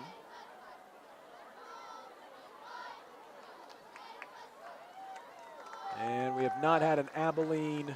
Actually, Wamego's taken the lead over Abilene 14-6. Abilene's taking the lead over Wamego? Excuse me, Wamego's taken the lead over Abilene 14-6 after a touchdown pass and 2-point conversion. You know, Abilene's still smart. In the loss last week to Clay Center, 48-6. That had to be very discouraging loss for the Cowboys. Really, for the Abilene Cowboy fan base, an underperforming Abilene team this year. Really not the norm. 2nd and 12 from the 18 for the Indians. Keaton Markley over to the right side. Indians will line up in an I formation. Becker and Brown, the running backs. Keeper by Hunter Brown. He'll get hit and dropped. Makes his way back to the 19, and McPherson will use their final timeouts. Oh, I apologize. I thought McPherson was down to 1 timeout. They had 2 timeouts left.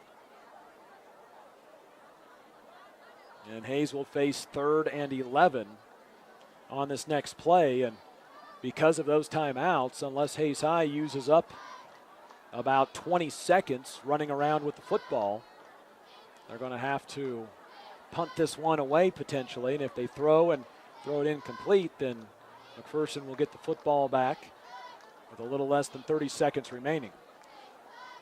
You know, Dustin, I'm not so sure you don't throw the ball deep here in this situation. Okay, so 1 of 3 things can happen. 1, you can catch the ball and make it first down. That's a positive. 2, it can fall incomplete. Okay, so you got to punt the ball. 3, it could be an interception, and that's going to end up being, if it's deep enough ball thrown, it's going to be just like a punt anyway. So throw the ball deep. At least you got a 1 in 3 chance of having something successful happen. Hayes High has had 2 passes tonight that were near the receiver's hands and just could not quite haul it in. One would have been a first down. The other could have been a touchdown. Brown will come under center in the I formation. 3rd and 11. Hayes High over. He is going to throw. Brown steps up. Wheel route near side for Markley, and he can't make the catch. Trying to get it from Labertu.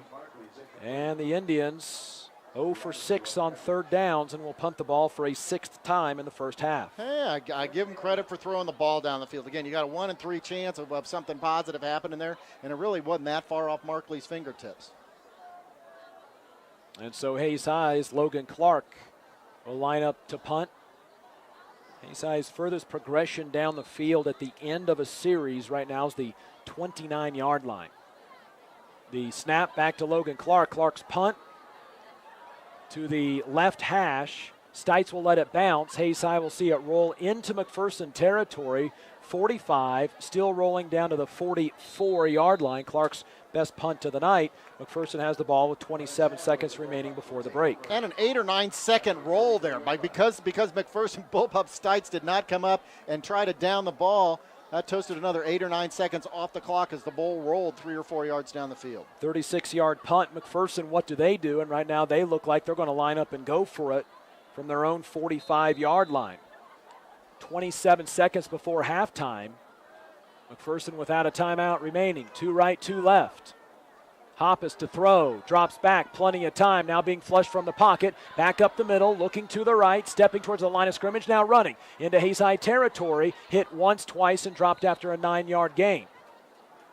Dante Blackman following him, shadowing him the whole way, chased him to the near side of the field and chased him back to the far side of the field, gave the Hayes High Indian defense time to come upfield and make that tackle. 6 seconds left. McPherson trying to get one play off. Hayes High had too many guys on the field. The half will not end as Mason Ibarra wraps up the screen pass, and now a second penalty flag thrown by the near side official. One for the hat, one for the flag.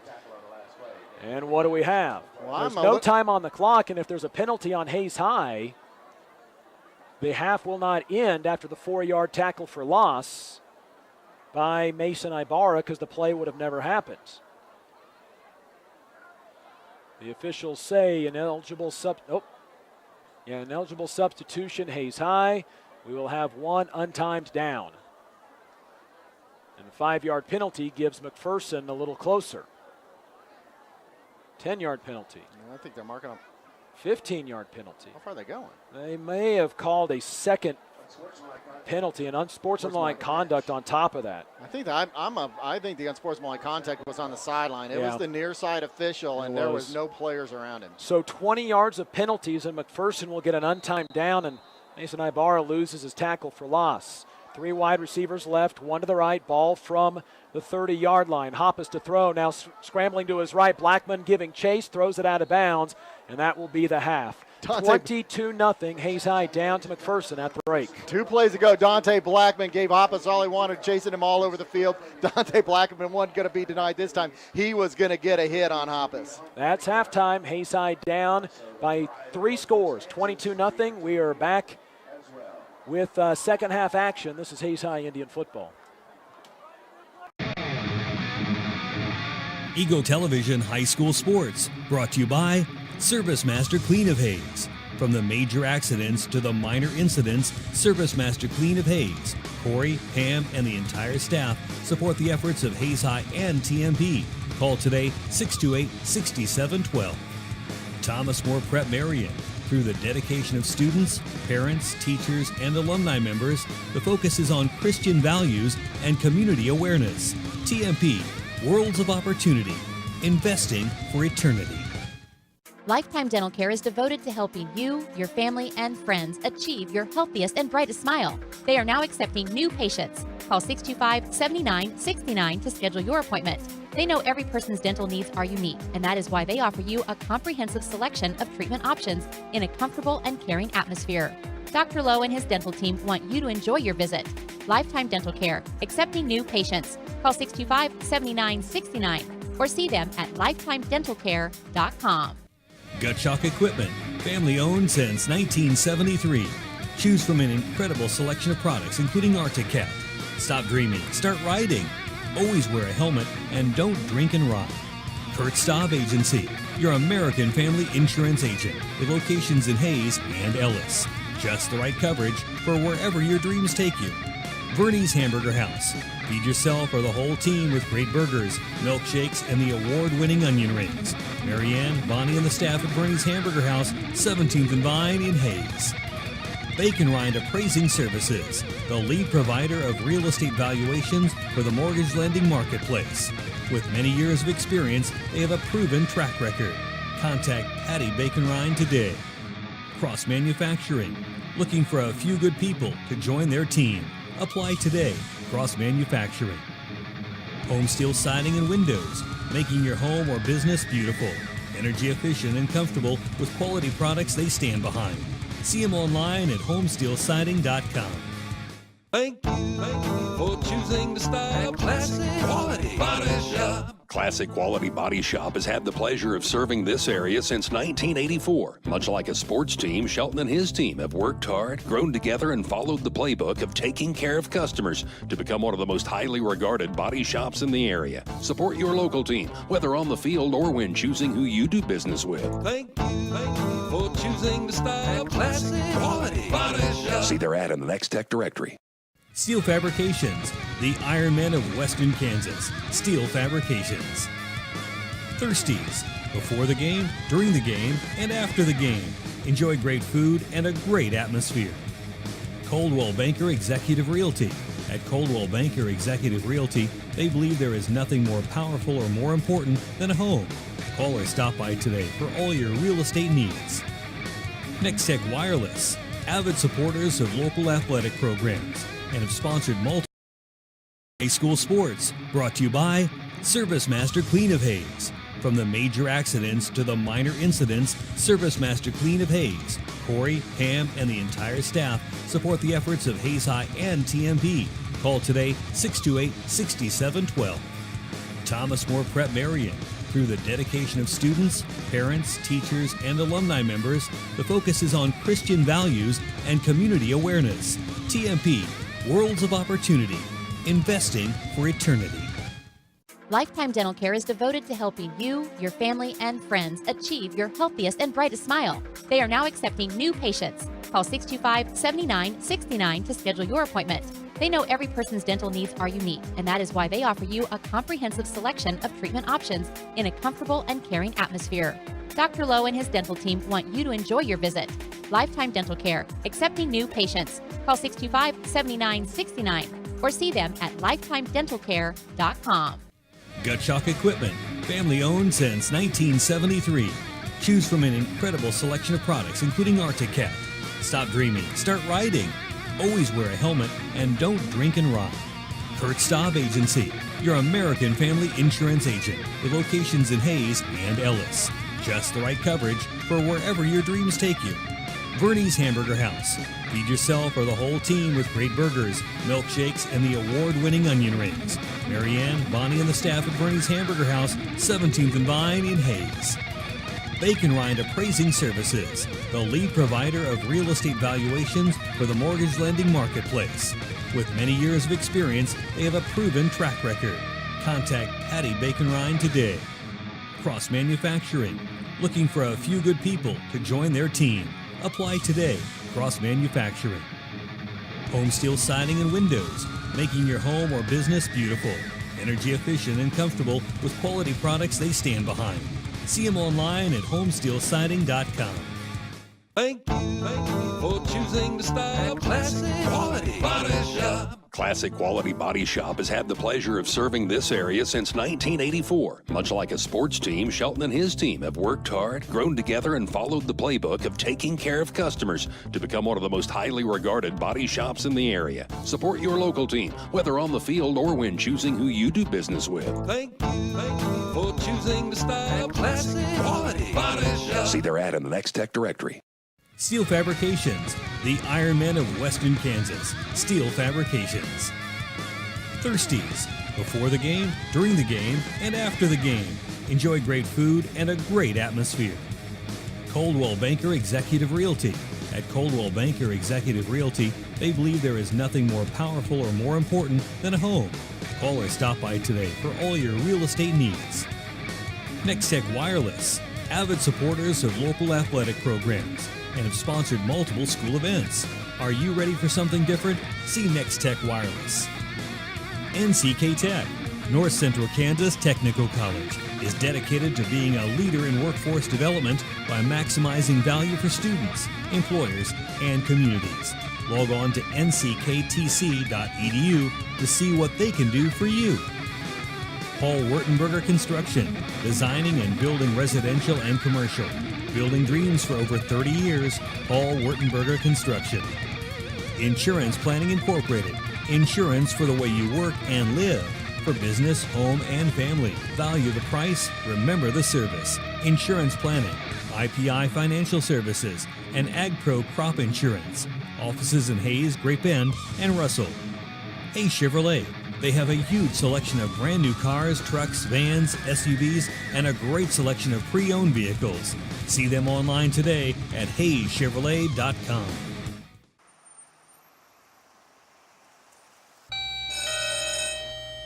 Good morning. Everyone in Hayes says you can clean anything. So can you get this tough stain out?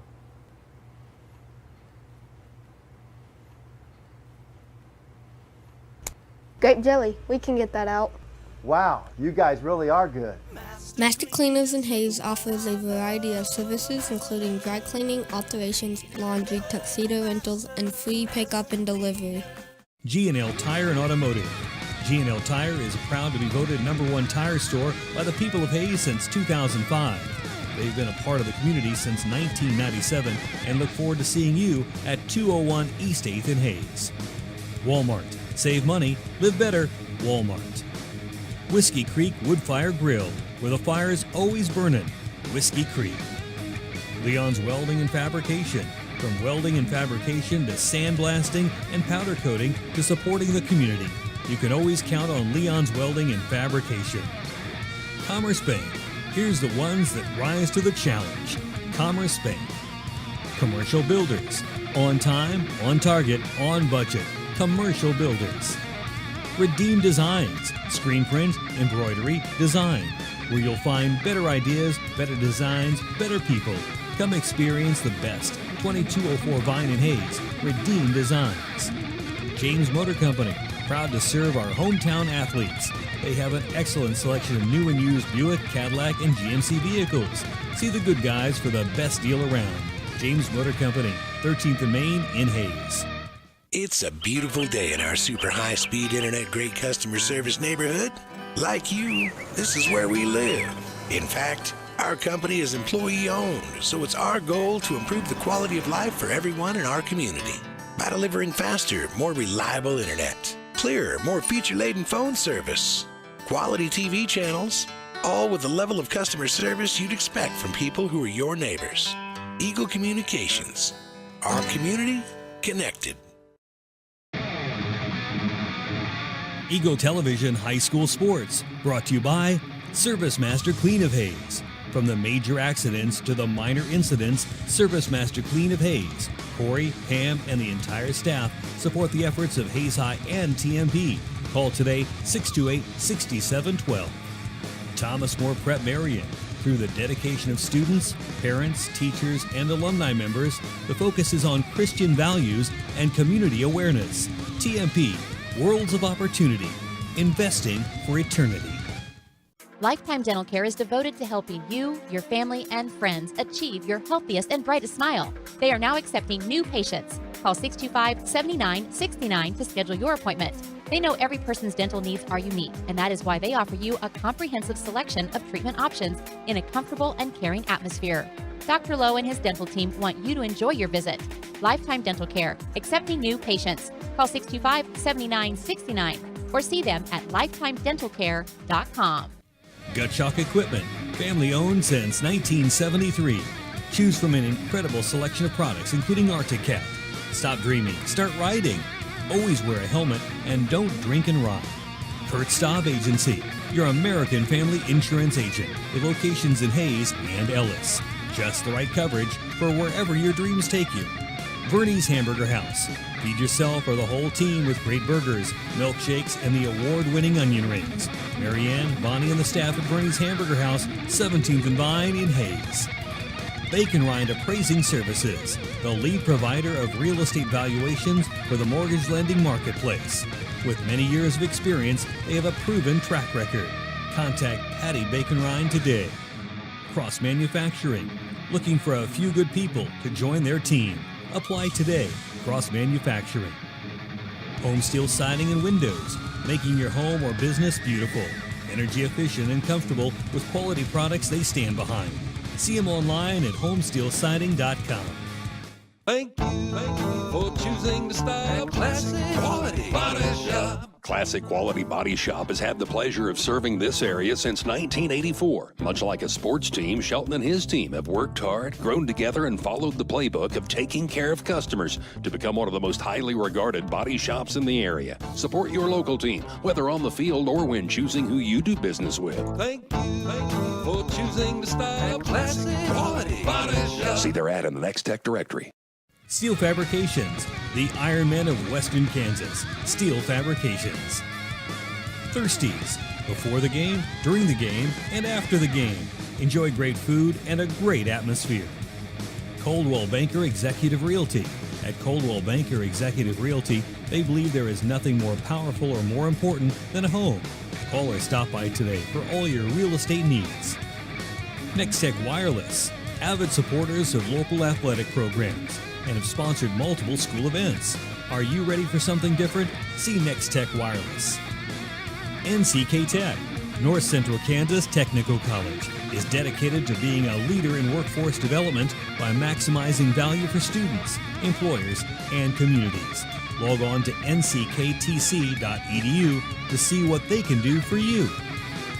Paul Wurtenberger Construction, designing and building residential and commercial. Building dreams for over 30 years, Paul Wurtenberger Construction. Insurance Planning Incorporated, insurance for the way you work and live.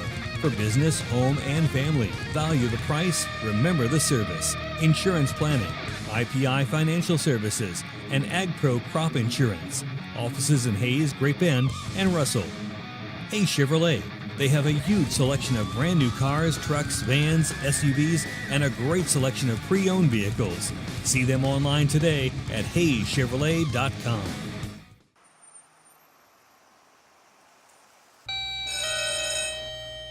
Good morning. Everyone in Hayes says you can clean anything. So can you get this tough stain out?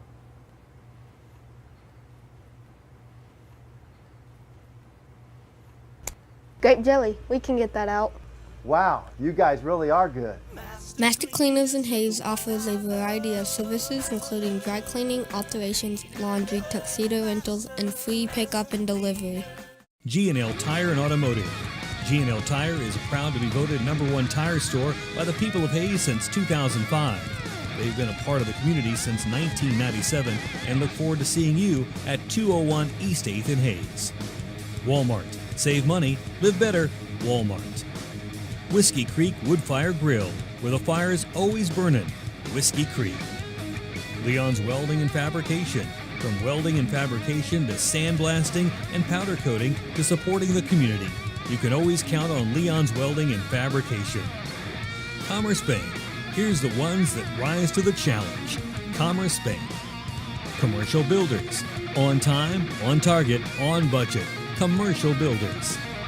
Redeem Designs. Screen print, embroidery, design.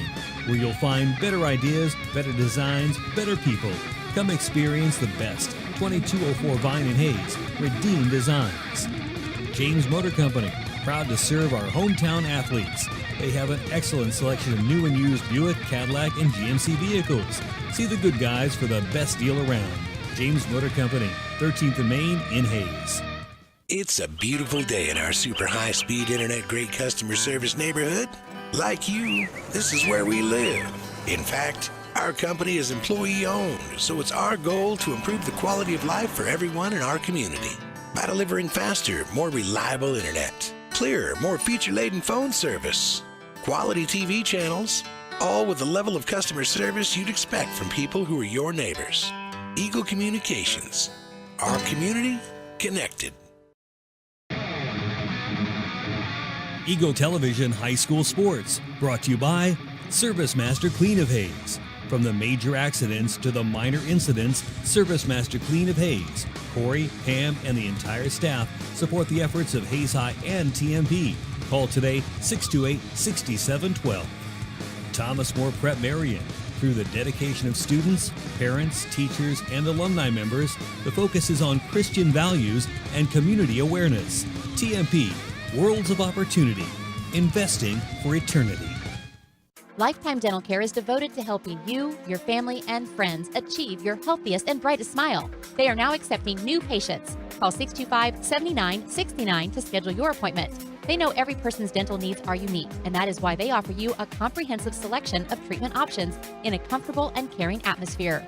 Dr. Lowe and his dental team want you to enjoy your visit. Lifetime Dental Care, accepting new patients. Call 625-7969 or see them at lifetimedentalcare.com. Gut Shock Equipment, family owned since 1973. Choose from an incredible selection of products, including Arctic Cat. Stop dreaming, start riding. Always wear a helmet and don't drink and ride. Kurt Staub Agency, your American family insurance agent with locations in Hayes and Ellis. Just the right coverage for wherever your dreams take you. Bernie's Hamburger House, Feed yourself or the whole team with great burgers, milkshakes, and the award-winning onion rings. Marianne, Bonnie, and the staff at Bernie's Hamburger House, 17th and Vine in Hayes. Bacon Rind Appraising Services, the lead provider of real estate valuations for the mortgage lending marketplace. With many years of experience, they have a proven track record. Contact Patty Bacon Rind today. Cross Manufacturing, looking for a few good people to join their team. Apply today. Cross Manufacturing. Home Steel Siding and Windows, making your home or business beautiful. Energy efficient and comfortable with quality products they stand behind. See them online at homesteelsiding.com. Thank you for choosing to style Classic Quality Body Shop. Classic Quality Body Shop has had the pleasure of serving this area since 1984. Much like a sports team, Shelton and his team have worked hard, grown together, and followed the playbook of taking care of customers to become one of the most highly regarded body shops in the area. Support your local team, whether on the field or when choosing who you do business with. Thank you for choosing to style Classic Quality Body Shop. See their ad in the Next Tech directory. Steel Fabrications, the Iron Men of Western Kansas. Steel Fabrications. Thirsties, before the game, during the game, and after the game. Enjoy great food and a great atmosphere. Coldwell Banker Executive Realty. At Coldwell Banker Executive Realty, they believe there is nothing more powerful or more important than a home. Call or stop by today for all your real estate needs. Next Tech Wireless, avid supporters of local athletic programs, and have sponsored multiple school events. Are you ready for something different? See Next Tech Wireless. NCK Tech, North Central Kansas Technical.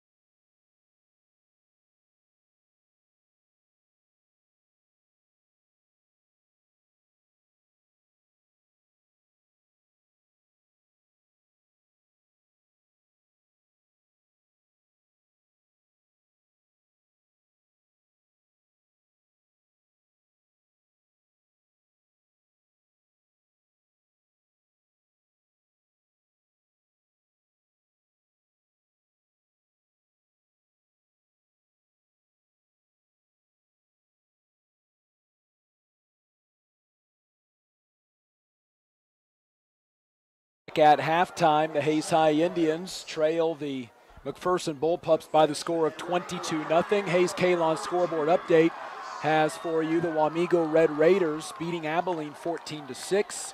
Great Bend up on Liberal 14-0. And Garden City up at halftime over Dodge City 6-3. Kurt David, Hayes High with 2 more district games to go after this. Unless they turn something around, they'll be entering that district game 0-1 and minus 21 in the point category. Well, that's exactly right. You know, some total of 11 yards offense the Hayes High Indians had in the first half, and you're talking, how do you pick up 22 points when you had 11 yards of offense? And you know, that's a tough thing to do. Again, this McPherson Bullpup defense is very solid. We've talked about it so many times. They ought to be solid. They returned 10 players from last year's team. 10 players that played significantly last year for the Bullpups, and a Bullpup team that beat the Hayes High Indians last year 48-14. So the Hayes High Indian offense has got some stuff cut out for them. Personally, I think, you know, at some point you've got to figure out a way to make this into starting practice for next week against Abilene. Again, it's those 2 games that are going to be so important if you're going to move on to the playoff round coming out of this district. You start working on things that can make you successful against Abilene. You start working on things that can make you successful against Wamego, and focus on winning in those games at some point during this game. And, you know, quite honestly, at down 22-0 as they start the second half, the Hayes High Indians are going to open up this second half with the ball. They lost the toss to start the game. McPherson elected to take the ball. Hayes High Indian offense will get the ball to start this second half. If they can't have a good, solid possession here and pick up 1 or 2 first downs, you've really got to question what the strategy is going to be for the remainder of the game. Abilene has just scored. They make it 14-12 after they're unable to hit the 2-point conversion. So Wamego leads 14-12 early third quarter of that game. At halftime, it is Phillipsburg 47, TMP 14. Scoreboard update brought to you by Hayes Kalon. The green grass you want in the spring starts with spraying in the fall by Hayes Kalon, or get on that spraying list for early of 2018 by calling Kirk Maska 623-0674 or Kurt Viner 623-8427. You know, Dustin, it was it's homecoming here at Lewis Field Stadium for the Hayes High Indians. Dante Blackman plays well offensively, plays well defensively for the Hayes High Indians, and he is your homecoming king for 2017, the queen being Trinity Callis. So Dante Blackman, Trinity Callis, congratulations to you all on this homecoming night for the Hayes High Indians. Second half kickoff is brought to you by Steel Fabrications, the Ironmen of Western Kansas. If you need it fixed, welded, built, or sandblasted, see Steel Fab. East Highway 40 in Hayes, proud to support the area youth in all that they do. Hayes High just 11 yards of offense at halftime, 8 rushing, 3 passing. Nearly hit a couple of big plays passing the ball, but had them fall incomplete. McPherson 223, that number fairly significant. Hayes High has not allowed a single opponent this year to have more than 300 yards in any single game. They allowed 271 to Scott City. That's the most this season. McPherson's continuing play of excellent defense continues. In the last 4 games, they have allowed just 69 yards per game, 77 to Winfield, 19 to Augusta, 115 to Circle, and 64 to Rose Hill. In those 4 games, McPherson defense has allowed 16 rushing yards on 18 carries. Hayes High has half the amount of yards that their last 4 opponents have had in 4 games. Hayes High will receive the kick, moving right to left here at Lewis Field Stadium to open the third quarter, down 22-0. Hayden Brown to receive the kick. This one a little more straight on. He'll receive at the 12. 15, right hash return 20 to the 25, outside to the sideline, past the 30, and up near the 35-yard line. Nice return by Hayden Brown and the Hayes High Indians. Best starting field position since their first drive started at the 36. Boy, it's too bad McPherson can't have a block in the back penalty on their own player. McPherson player took Khalil Lisbon and tried to push him into the Hayes High Indian ball carry, and Khalil Lisbon off-shot it by about 10 yards, a block in the back by their own teammates there. So Hayes High with the ball at their own 34, right to left, down 22-0. They try to get this offense into gear that's averaging 181 a game, 142 rushing, 39 passing. Kramer and Ibarra, wide receivers over to the right. Hayden Brown near side. Snap with 3 seconds on the clock. A reverse play to Lane Becker, and he is dropped. It's a trap play. I shouldn't say reverse, a trap play where they try to get everybody going left, hand it off right. It loses 3 yards to the 31. Yeah, there were four defenders for the McPherson Bullpups who did not go left. They clearly stayed on Lane Becker on that play. Becker's had that ball twice on that play. He's gone backwards each time. So third down and 13. Hayes High again, second down and 13. Hayes High again on first down, losing yards, and that's been a big problem tonight. 4 down linemen for McPherson.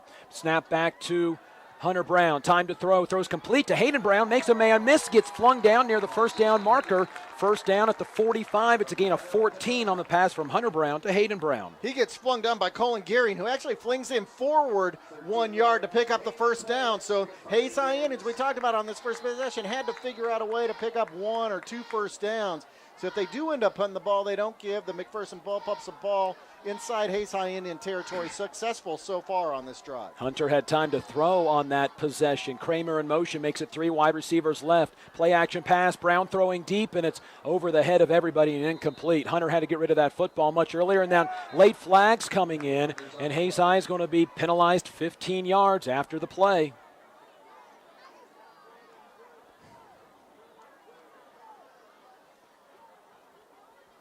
So instead of 2nd and 10 from the 45, it will be a personal foul on the Hayes High Indians, so they back themselves up back to the 30. Well, I'll tell you what, Michael Mendez, that's the second time that he's been in there with extracurricular activity with somebody on the offensive line by the Hayes High Indians. So he is doing something to frustrate the Hayes High Indians, that time costing them 15 yards back to the 30-yard line. inside where this possession actually started on the 34-yard line. Hayes High at halftime had 5 penalties, 55 yards. They had another one there. 4 wide receivers. Brown in the shotgun. McPherson brings the blitz. Hunter Brown pump fake. Now rolls out to his right, trying to get somebody to run down the field. Looks down the field for Tavian Kramer. Catches the 45, and he dropped the football. Tavian Kramer got behind the defense. Brown found him. It was a touchdown. Instead, it's an incomplete 3rd and 25. Tavian Kramer was trying to run, and he had to actually reach back behind to pick up that ball and just couldn't get it juggled into his hands in time. Now it's 3rd down and 25 for the Hayes High Indians. Just a sophomore has got to learn, make the catch first, then make the move. That would have been Kramer's first career catch. So Hayes High with the ball at the 30. They're 0 for 6 on 3rd down. Of the now 7 third downs, they've been double digits on all but one. Indians got to hurry up the play. Play clock down to 3. Shotgun snap on 3rd and 25. McPherson does not blitz this time. Brown to throw on a double move. Gets out of pressure. Throws down the field for Hayden Brown. Incomplete.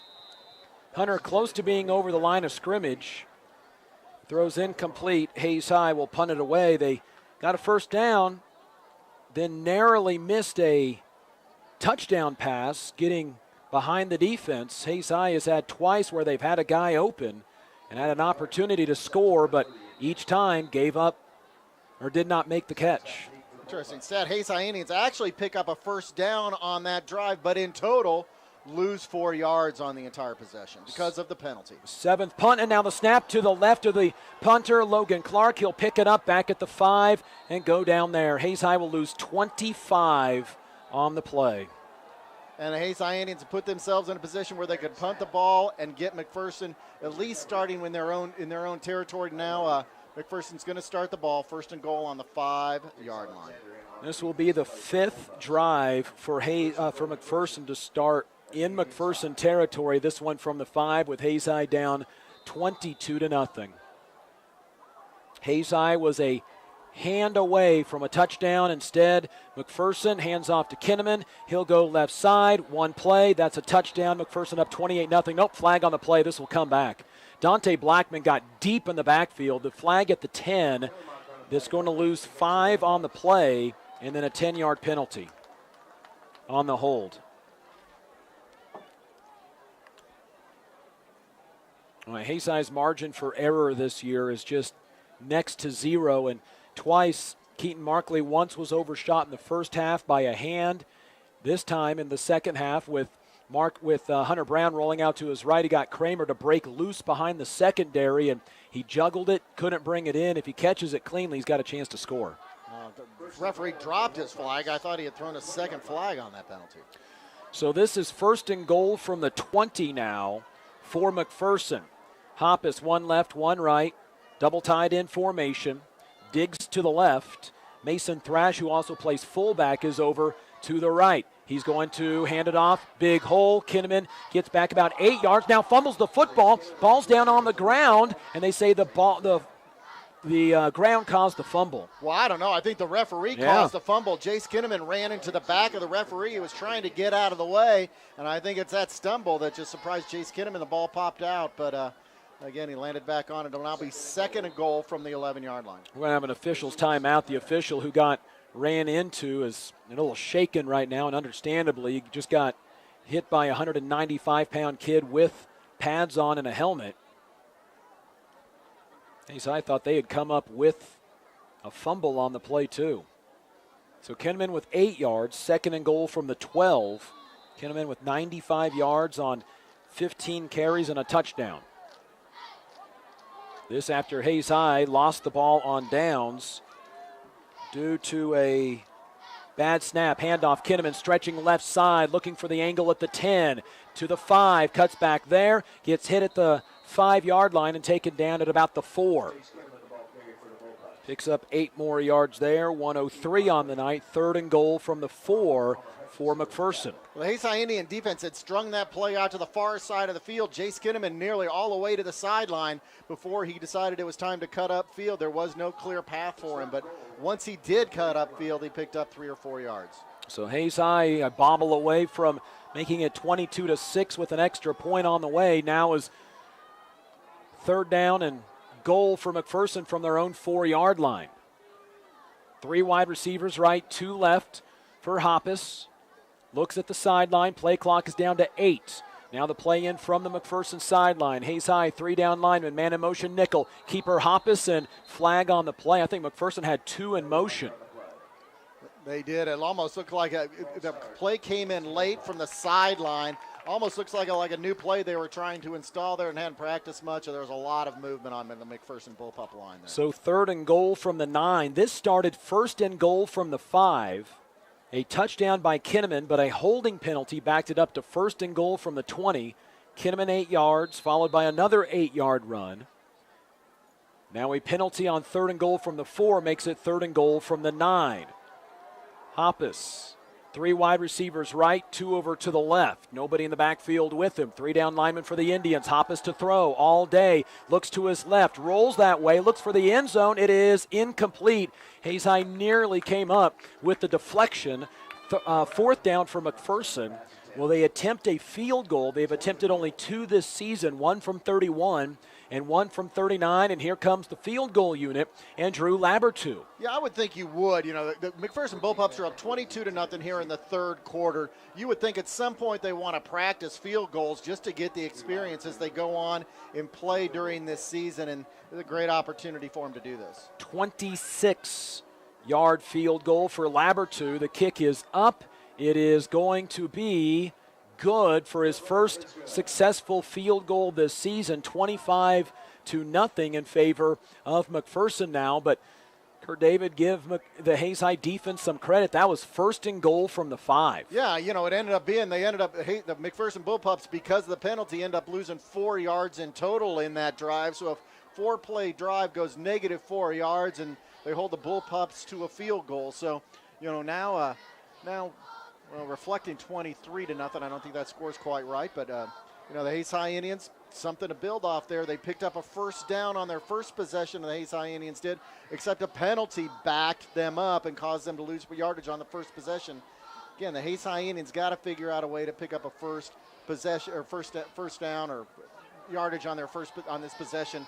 Back up to the McPherson Bullpups. They would have done it on the last possession, but a bad snap from center on the punt allowed McPherson to get in scoring territory early. Hayes High had more yards on that pass to Hayden Brown than they did the entire first half, but then wiped it all off on a penalty following that. Liberal has scored. It's 14-7 Great Bend in the third quarter between Great Bend and Liberal. So Labertu will kick it off once again. This kickoff, again, a little shorter. It's going to be to the sideline. It's going to be picked up by Hayden Brown at the 3, 10, 15-yard line. Stops and gets drilled there. He didn't know if he was going to go out of bounds, go into the end zone, if he was going to stop in play, and he made the decision to bring it out. Hayes High will start at their own 14-yard line. Yeah, really the right decision, because if that ball decides to just stop on the 2 or 3 yard line, then you're in real trouble there. So didn't want to take the gamble to see if it'd go outside, to see if it would roll into the end zone, but backed up now to the 14-yard line on the Hayes High Indians' second possession of this second half.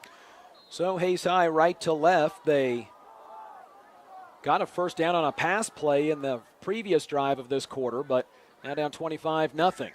Shotgun snap. Brown to throw. Screen pass near side for Wyatt Sheevy. Escapes a tackle. He's out at the 15, and Hayes High did that for a yard. Sheevy with the catch, but just too many white jerseys there. It's a gain of 1 on the play.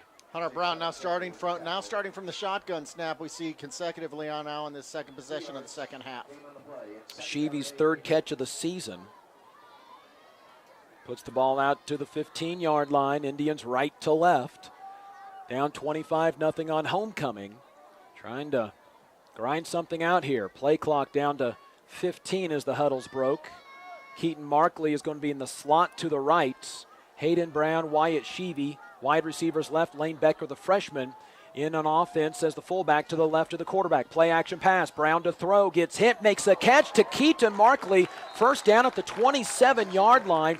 Nice catch by Keaton Markley, his first of the night. It's a gain of 12 yards. Hunter Brown had time to throw that ball, so great blocking by the offensive line. And you're right, Keaton Markley hit right as he grabbed that ball. An excellent reception. Gains a second gains a first down. That's the second first down of this half for the Hayes High Indians. Markley's team-leading 8th catch of the year. Indians back to the line of scrimmage. 2 right, 2 left. Blitz is on. Hunter Brown tries to keep to himself. Left side now in some trouble. Goes down behind the 25. 3 white jerseys, only one there person to try to block him. And the play results in a loss back to the 23-yard line, a loss of 4. Yeah, great blocking on the last play by the Hayes High Indians. Give Hunter Brown protection to throw the ball that time.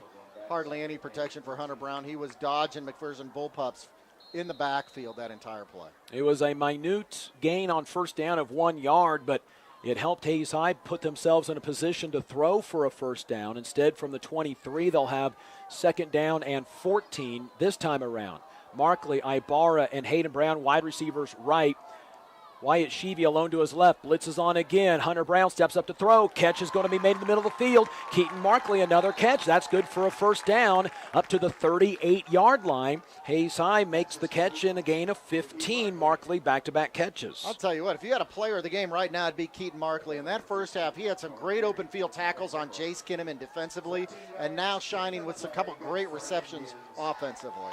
So Graydon Mayfield brings the play in from the sideline. Hayes High, you remember, twice tonight is just a hand away from getting a ball caught behind the defense that would have resulted in touchdowns. Mayfield wide receiver to the right, Wyatt Sheevy out to the left, double slot this time for Hunter Brown. Puts Hayden Brown in motion, takes the snap, play action, Hunter to throw, in some trouble, steps up, now looking down the field, lobs it to the sideline, is caught by Hayden Brown in McPherson territory at the 46-yard line, and Hayes High another first down. Boy, Hayden Brown had to jump for that ball. You know, Hayden Brown is 5'9". He had to jump about a foot in the air to bring that ball down and was able to do it and get a foot inside to make that reception.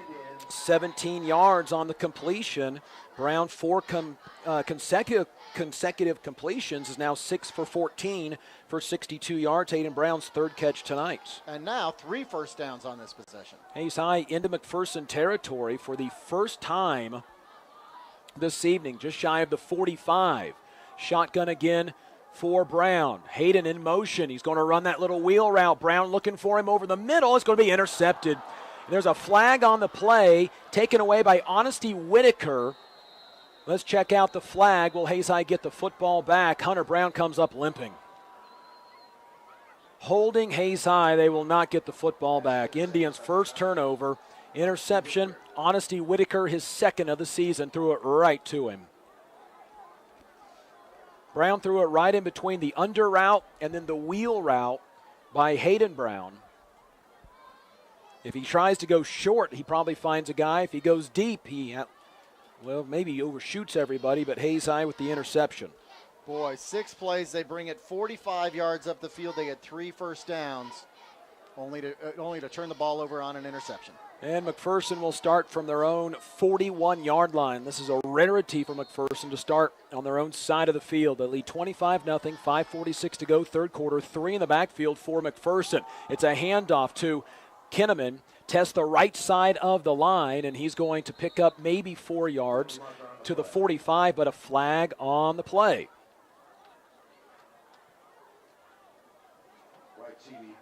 And it is going to be on the Hayes High Indians again.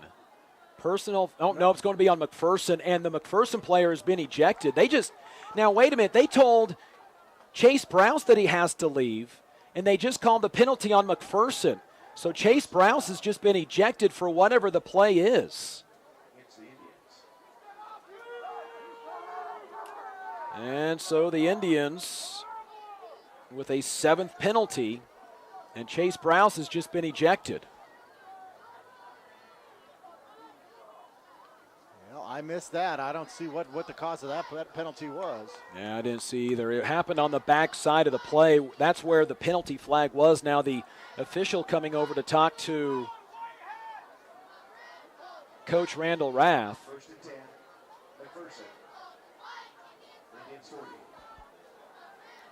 Hayes High now 7 penalties, 85 yards tonight.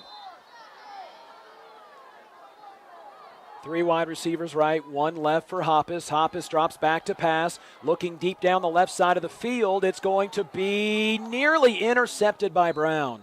He would have caught it right on the end zone line. Incomplete. Hoppus, who's now 11 for 19 for 118 yards and a touchdown. McPherson up 25-0 now with 5 minutes and 25 seconds left in the third quarter. Really going for a home run ball there just to see if they could throw it deep, take advantage of the 15-yard penalty against the Hayes High Indians, and just out through his receiver by a bit. I'm really interested on what happened on that play because it didn't happen after the whistle, whatever it was.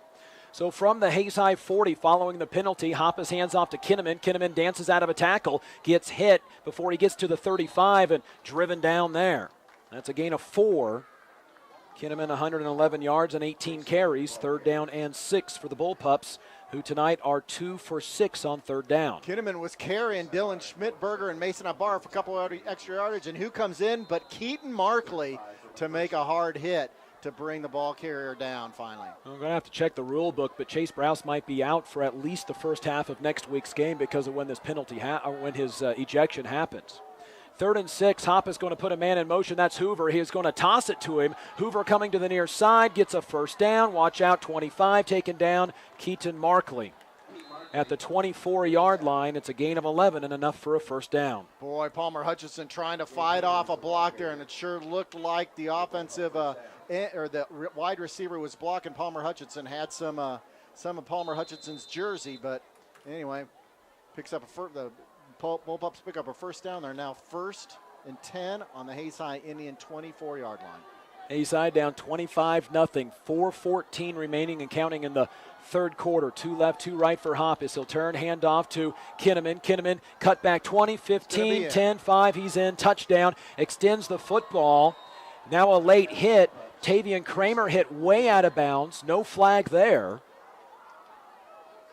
And it's a touchdown run. And now the officials talking to the Hayes High sideline. Tavian Kramer got hit well out of bounds, and there's another flag on Hayes High. That's going to be on the sideline.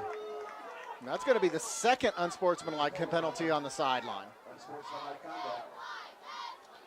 Hayes High very frustrated about the Indians getting hit way out of bounds. Tavian Kramer was near the dotted line on the near side, 3-4 yards out of bounds. And instead of a penalty, it's a no call. And now it's 31-0, and things all around the stadium starting to come unraveled. 4-play drive went 59 yards for McPherson, aided by the penalty on Chase Browse for the McPherson Bullpups. Kinnaman's second touchdown run of the night. He's at 135. The extra point, a bad snap again, running to the left side, looking for the end zone. 2-point conversion is going to be good by McPherson's Ben Nickel on a second bad snap. Yeah, Ben Nickel acting like he was going to pass the ball. It froze the Hayes High Indian defenders in that moment in time, the Hayes High Indian defenders froze. Nickel sprinted for the end zone and got the 2-point conversion. Hayes High's first turnover of the night results in 8 points for McPherson, 33-0 Bullpups. 4:03 remaining in the third quarter. Well, I'll tell you what, 4 plays, 49 yards, and they did that in 1 minute and 43 seconds. And again, aided by the Chase Browse penalty. So Hayes High will receive a third kickoff of the third quarter. On the first 2, each getting first downs, moving into McPherson territory on the second. And then the interception off of the hands of Hunter Brown, his 6th interception of the season. McPherson aided by a penalty.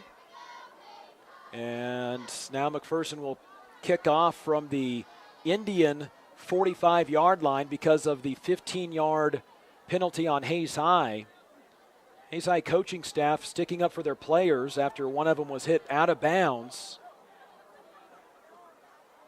Hayes High wanted the penalty. Instead, they got one.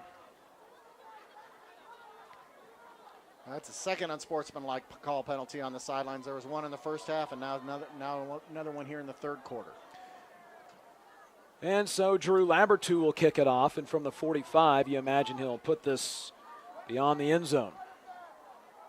Tell you what, the way they threw a home run ball, I'd actually be looking for an onside kick here by McPherson. Yeah, they did it last year in McPherson. And it'll be a high short kick. It'll get into the end zone for a touchback. At the end of 3 quarters, Garden City now leads Dodge City 19-3 in your Hayes Kalon scoreboard updates. Say that again? 19-3 Garden City at the end of 3. Great Bend has made it 21-7 after 3 at home against Liberal.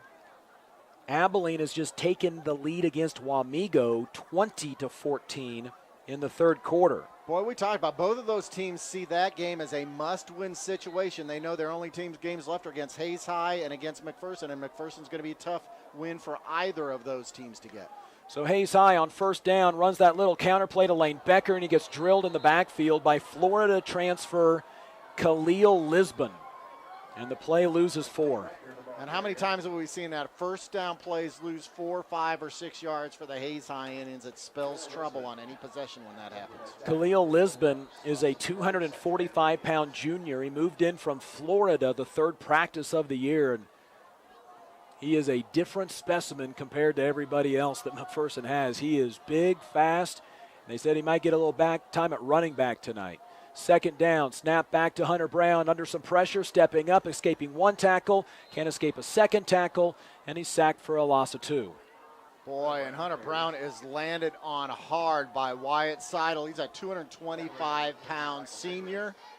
That was a hard put down by Seidel, and Hunter Brown is feeling it. You can see him back in the huddle right now with his hands on his hips. 3rd and 15. Hayes High 0 for 7 on 3rd downs tonight. 3rd and 23, 14, 18, 12, 6, 11, 25, and now 15. 2 wide receivers right, 2 left on this 3rd down play. McPherson brings a blitz right up the middle. Brown has to roll out to his right, nearly threw an interception. Honesty Whitaker nearly picked off a 2nd pass. It had been a pick 6. Hayes High 3 and out and punts it away with 2:41 to go in the quarter. Yep, Logan Clark's going to be punting now from inside his own 10-yard line.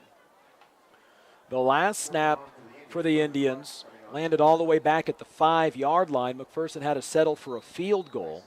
They lead 33-0. Right now an 11-point quarter for McPherson. The line of scrimmage, the 15. The snap is good. The punt is blocked. Takes a lateral bounce, picked up by McPherson at the 15, the 10, the 5, and a touchdown for the Bullpups. 39-0, with it, which either is a extra point or a botched snap 2-point conversion coming up again. Well, I'll tell you what, that ball was tipped and partially blocked, and then the Hayes High Indian coverage team needs to remember that's a live ball because the ball bounced twice before the McPherson Bullpups picked it up, noticed that nobody was covering them, and then they ran into the end zone to score the touchdown. The extra point from Drew Labertu is on the way. The snap is good on this one, and it is good. So it makes it 40-0 with 2:31 to go 3rd quarter. Indian football tonight is being brought to you by Lifetime Dental Care, Coldwell Banker Executive Realty, Thomas More Prep Merriam, Cross Manufacturing, and Thirsties. Tell you what, that was another 3 and out by the Hayes High Indians that lost 5 yards on the possession. So you look at the first possession of the game for the Hayes High Indians, 3 and out, they lost 12 yards. On the second possession, they were 3 and out, they lost 1 yard.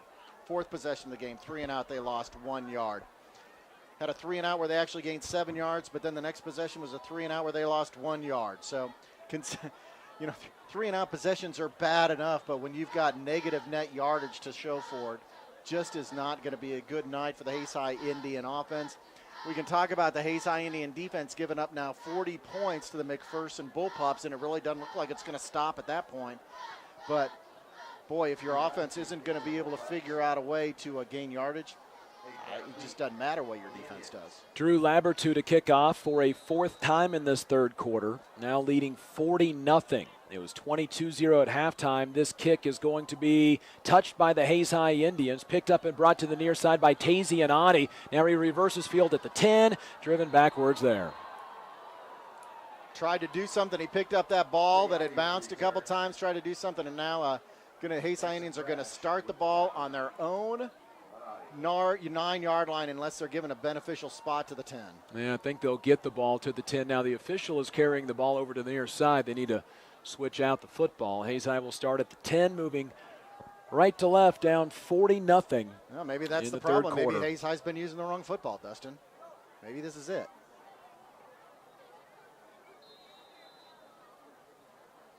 Graydon Mayfield, wide receiver right. Keaton Markley to the left. He's had a couple of nice catches here in the second half. I formation for the Indians. McPherson brings blitz. Handoff to Hayden Brown. Hit in the backfield and dropped. Loss of 2, maybe 3 yards. And now another flag on Hayes High. Honesty Whitaker stumbles and then over-exaggerates. And Hayes High is going to pick up yet another 15-yard penalty. This one will be half the distance to the goal line after the loss of 2. Back to the 8. That was a flop. Yep. That was a flop. Yep. But McPherson knows right now that Hayes High is going to get called for him if they go down to the ground. So McPherson will continue to do that. And Hayes High now has second down from their own 4. Yeah, I'll tell you what.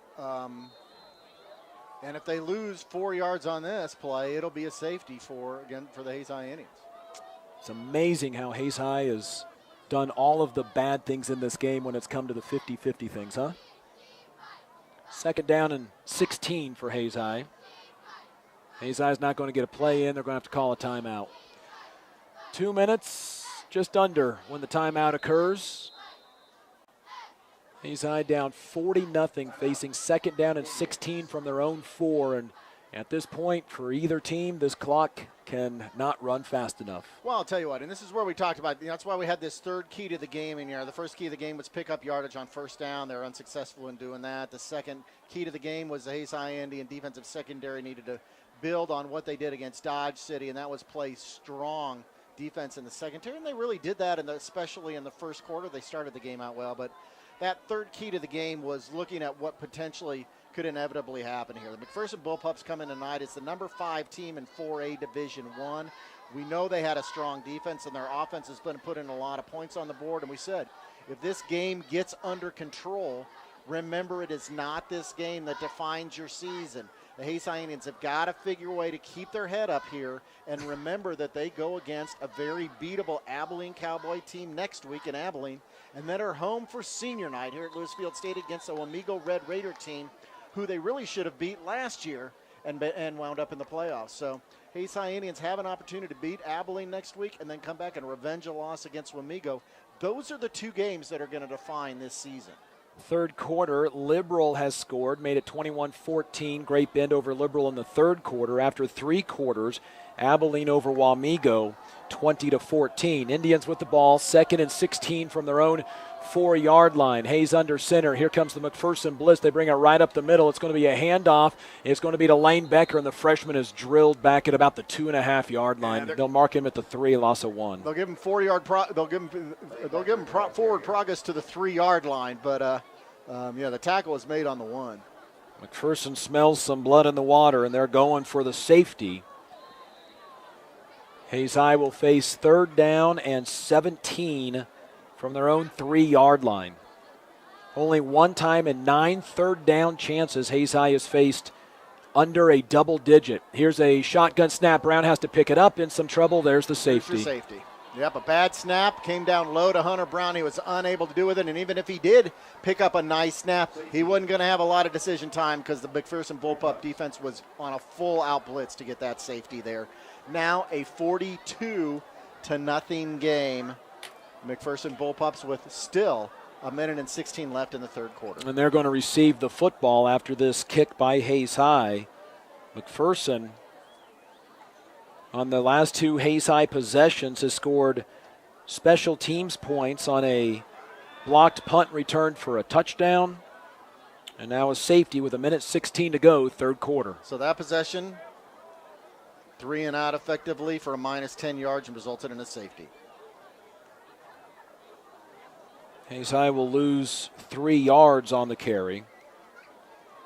Hayes High has 62 yards passing, and that right now is what is keeping them from being negative yardage tonight. They are negative yardage in running this evening.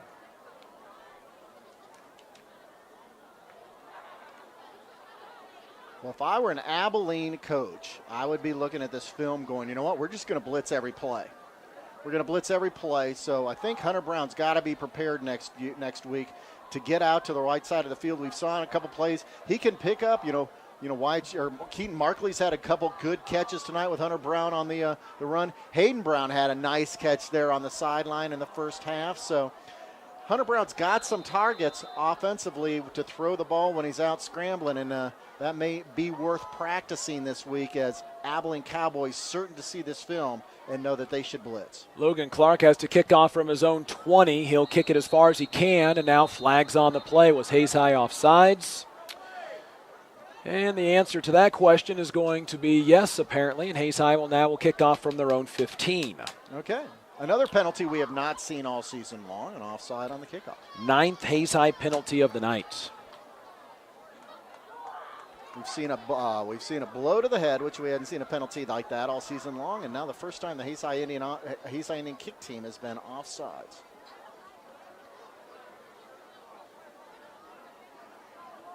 Offsides on the Indians.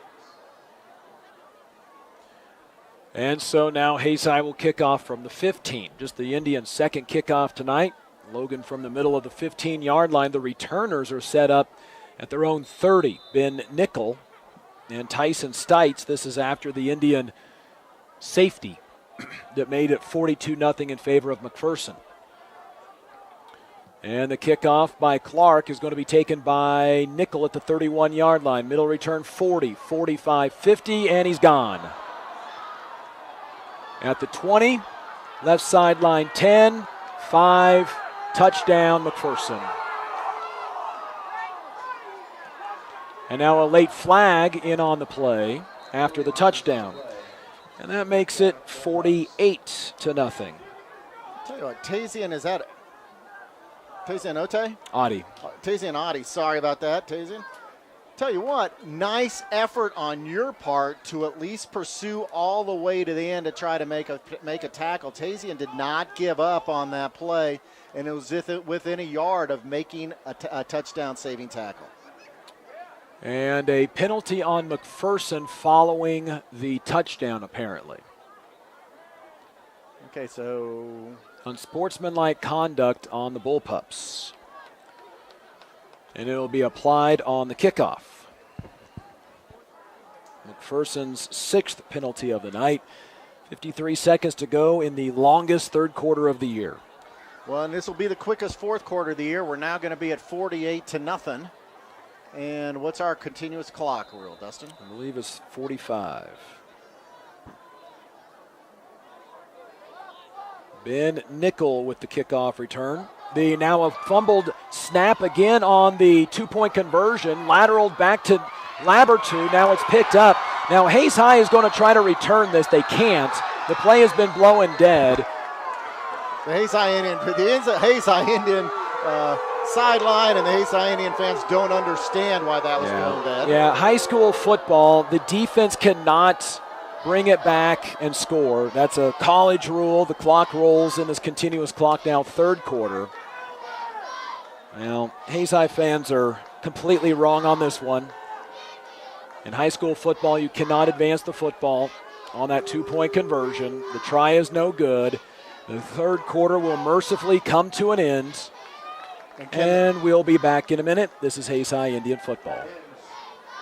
Lifetime Dental Care is devoted to helping you, your family, and friends achieve your healthiest and brightest smile. They are now accepting new patients. Call 625-7969 to schedule your appointment.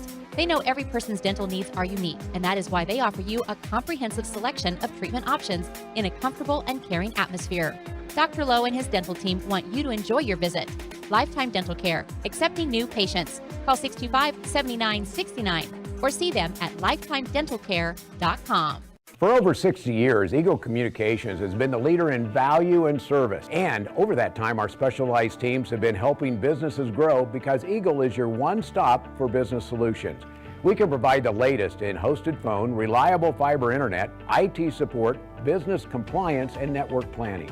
Plus, we offer affordable advertising on television, radio, and digital platforms. Call our employee owners today and let us serve you. Eagle Communications, our community connected.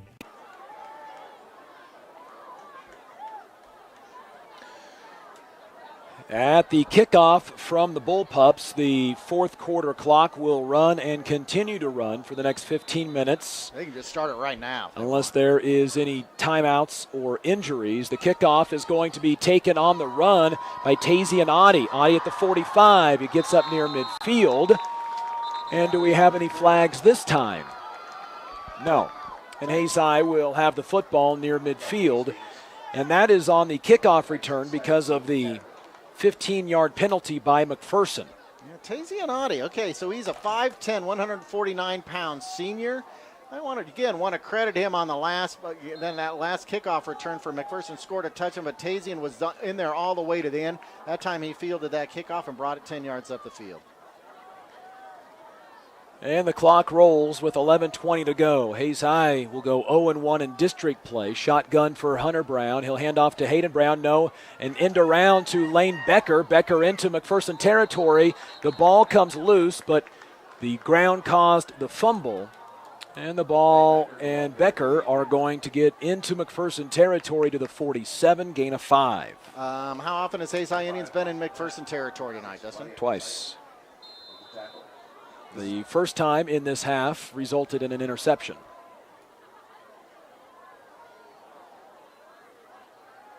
Hayes High will fall to 2-5. It is a fourth consecutive loss for the Indians. Hayes High in danger of being shut out for the first time this year. Brown, shotgun, will hand it off again to Lane Becker. Head of steam, first down, and the freshman taken down at the 44-yard line. And a flag on the play. Face mask on the Bullpups. Is it of the 5 or 10? It is of the 15. It is a 15-yard penalty. Now, there is a 5-year variety penalty for face masks in high school? Still in high school, if you just accidentally hit the face mask, they give the benefit of the doubt that sometimes high school kids don't mean to tackle the face mask. Okay. I learned something new tonight. So the run results in a gain of 8 yards. So Becker now on the positive side of rushing tonight. Hayes High has the ball at the 25-yard line. Snap, handoff to Becker. Becker up the middle. Becker's at the 15, 10, 5. Touchdown, Hayes High Indians. Freshman Lane Becker. All 3 carries, scampers into the end zone. This from 25 yards out, and the Indians on the board with 9.5 remaining in the game. And that'll be nice confidence-wise. Now, the Hayes High Indians know the McPherson Bullpups are beginning to substitute some players in there defensively, but still being able to not be shut out in this game is so key. And so the Indians right now looking at a 2-point conversion try. And with some confusion, Hayes High is going to have to take a timeout. So the clock will stop with 9:05. The clock stops officially with 9:02. So Lane Becker, 3 carries on that drive. All 3 carries. Has his first career touchdown. Nearly untouched right up the middle. Lane is a 5'7", 162-pound freshman. Rips off a run straight up the middle for 25 yards, and Hayes High's first points of the night, 48-6, pending the 2-point try. 3 plays, they take it 53 yards down the field and consume 2 minutes and 58 seconds off the clock. Of course, aided by a running clock. And also a 15-yard penalty on a face mask, which it was Lane Becker's face mask getting pulled, so while he doesn't get credit for the 15 yards, he certainly should. Hey, we're gonna look on the bright side of life here. The Hayes High Indians with a solid drive, 3 yards, 3 plays and 53 yards. Hayes High Indian football is brought to you by Paul Wartenberger Construction, Service Master Clean of Hayes, Master Cleaner, Steel Fabrications, Insurance Planning Incorporated, Gottschalk Equipment, Hayes Chevrolet, Walmart, and American Family Insurance, Kurt Staub. So Hayes High down 48-6 after the Lane Becker touchdown. Will go for 2. Hayes High this year on 2-point conversions, 1 for 1. Shotgun snap, handoff to Becker. This time he's stacked and he's going to be dropped. Okay, so Dustin, I don't understand. We talked about this in the two previous games. In two previous games, we saw it at Valley Center. We're on the first possession of the game. The Hayes High Indians decided to go for it on 4th down inside the 10-yard line instead of kicking a field goal. We saw it again against Dodge City last week. And, and in both possessions there, you could maybe justify going for the first down instead of trying to go for the field goal. But I don't understand the point of it there. Are you just practicing 2-point conversions, or wouldn't you be more productive in actually just attempting a field goal and giving Logan Clark a chance to practice those and gain that experience as we move into Wamego and Abilene and hopefully a week of postseason play? Indian football brought to you by Verney's Hamburger House, Commercial Builders, Bacon Ride Appraising Services, G&L Tire and Automotive, and Whiskey Creek. 8:05 and still counting here in the continuous clock, fourth quarter. Lane Becker keeps the Indians from being shut out. So, Dustin, help me with that rule. So it's a 45 points goes to the continuous clock. Now they brought that under 45 points, but it still runs. Once it starts to the continuous clock, it'll be the continuous clock for the remainder of the game, regardless of how tight the score gets. Okay. And the officials have yet to still place the ball for Logan Clark to kick. The near side official talking to the Indian sideline. Well, they did stop the clock for this.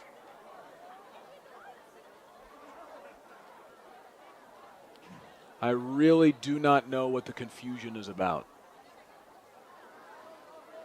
I wonder if the clock was not supposed to start on that 2-point conversion try, maybe. And here comes the lead official.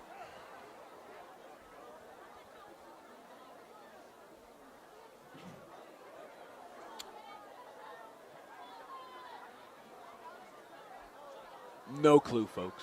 Oh, now they reset the clock. 8:43. The clock was not supposed to restart because Hayes High had taken a timeout, and that's not an official play to start the clock on. It wouldn't have been running on any other normal situation. But the clock stopped at 9:02.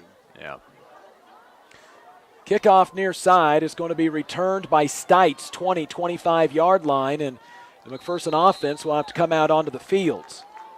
McPherson has scored their last 15 points without the offense on the field. A 15-yard blocked punt return for a touchdown, a defensive safety, and then a 69-yard kickoff return by Ben Nickel. We want to see a whole host of new players for the Bullpups, including backup quarterback Caleb Hoppus. It is his older brother that is the quarterback. Caleb, 6 foot, 170, sophomore, handoff Hunt right up the middle, tackled after a short gain. And here comes a flag. Gain of 1 on the play for Hunt, but what's the flag? It is on an unsportsmanlike conduct penalty on Hayes High. It's the third of those tonight. Penalty number 10.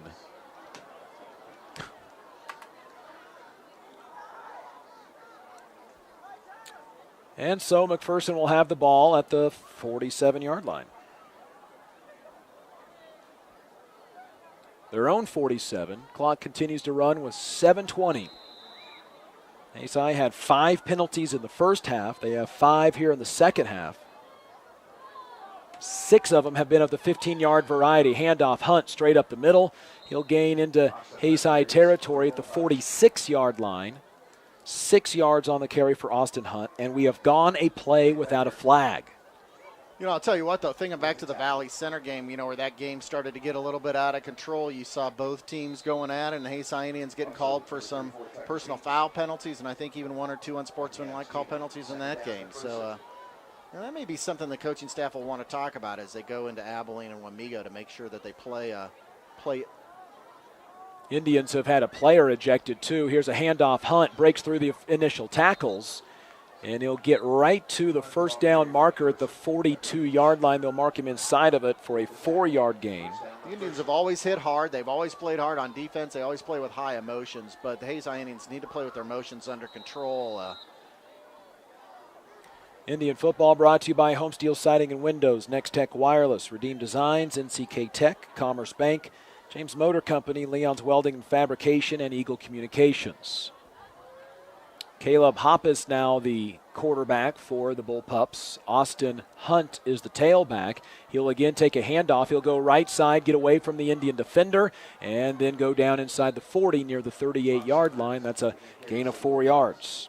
Yeah, but there you go. Now you've got the second string McPherson Bullpups in there, really still picking up 3, 4, 5 yards on first down against the Hayes High Indians. Hayes High going to bring a few players in. And Trey Adams coming in as a defensive end. He's a freshman, 6'6", 232 pounds. Trey Adams coming in to get some experience tonight. He stands out at the Hayes High practices, especially when he's among the freshmen practicing. Hoppus again turns, hands off, this time to Jacob File. File breaks out of 1 tackle, 2 tackles, then gets taken down right at the first down marker. It's enough for a first down. That'll be a gain of 6 for Jacob File. All right, Trey Adams pulled to the ground by his arm on that particular play in the backfield. So with as many flags that have been thrown, I'm not sure why that one wasn't noteworthy. I could surmise a answer, Kurt David, but it's not going to be the sportsmanlike one. 48-6 McPherson. Well, the clock's continuous clock, so it's not like anybody's trying to get out of here in a hurry. 2 wide receivers right. And now the quarterback didn't know he's supposed to be under center, so the fullback shoves him under center. The fullback then gets the carry. Here comes 3 flags. The carry is by McPherson's seldom used fullback, Markel Hastings. We have 3 flags to sort out with 4:20 remaining in the game. And it is a personal foul, face mask, Hayes High.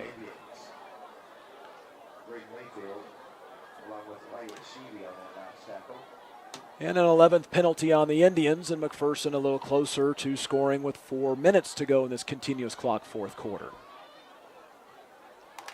It's like Brandon Hoffman's in the game in there now for the Hayes High Indians. He's a 257-pound junior. Garden City all over Dodge City now, 33-9, fourth quarter. So from the red zone, it is 1st and 10 from the 15. Caleb Hoppus under center, turns, hands off to Hastings. Hastings bounces off of the initial hit and picks up 5. No penalties this time. But it's not over. 3:20 to go. Ball at the 10, 2nd and 5. Hayes High down 48-6. They'll have to regroup and figure out what to do at Abilene and home against Wamego to still try to make the playoffs in 4A Division I. Indians back to 5A next year. Handoff Hastings again, weaving up the middle.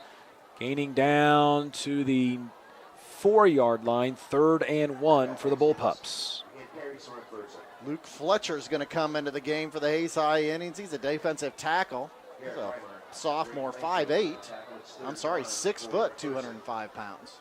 Going to give Graydon Mayfield a little bit of break, so he's going to come in at a defensive end possession. McPherson taking as much time off the clock as they can. But they still are trying to run plays. 2.5 to go.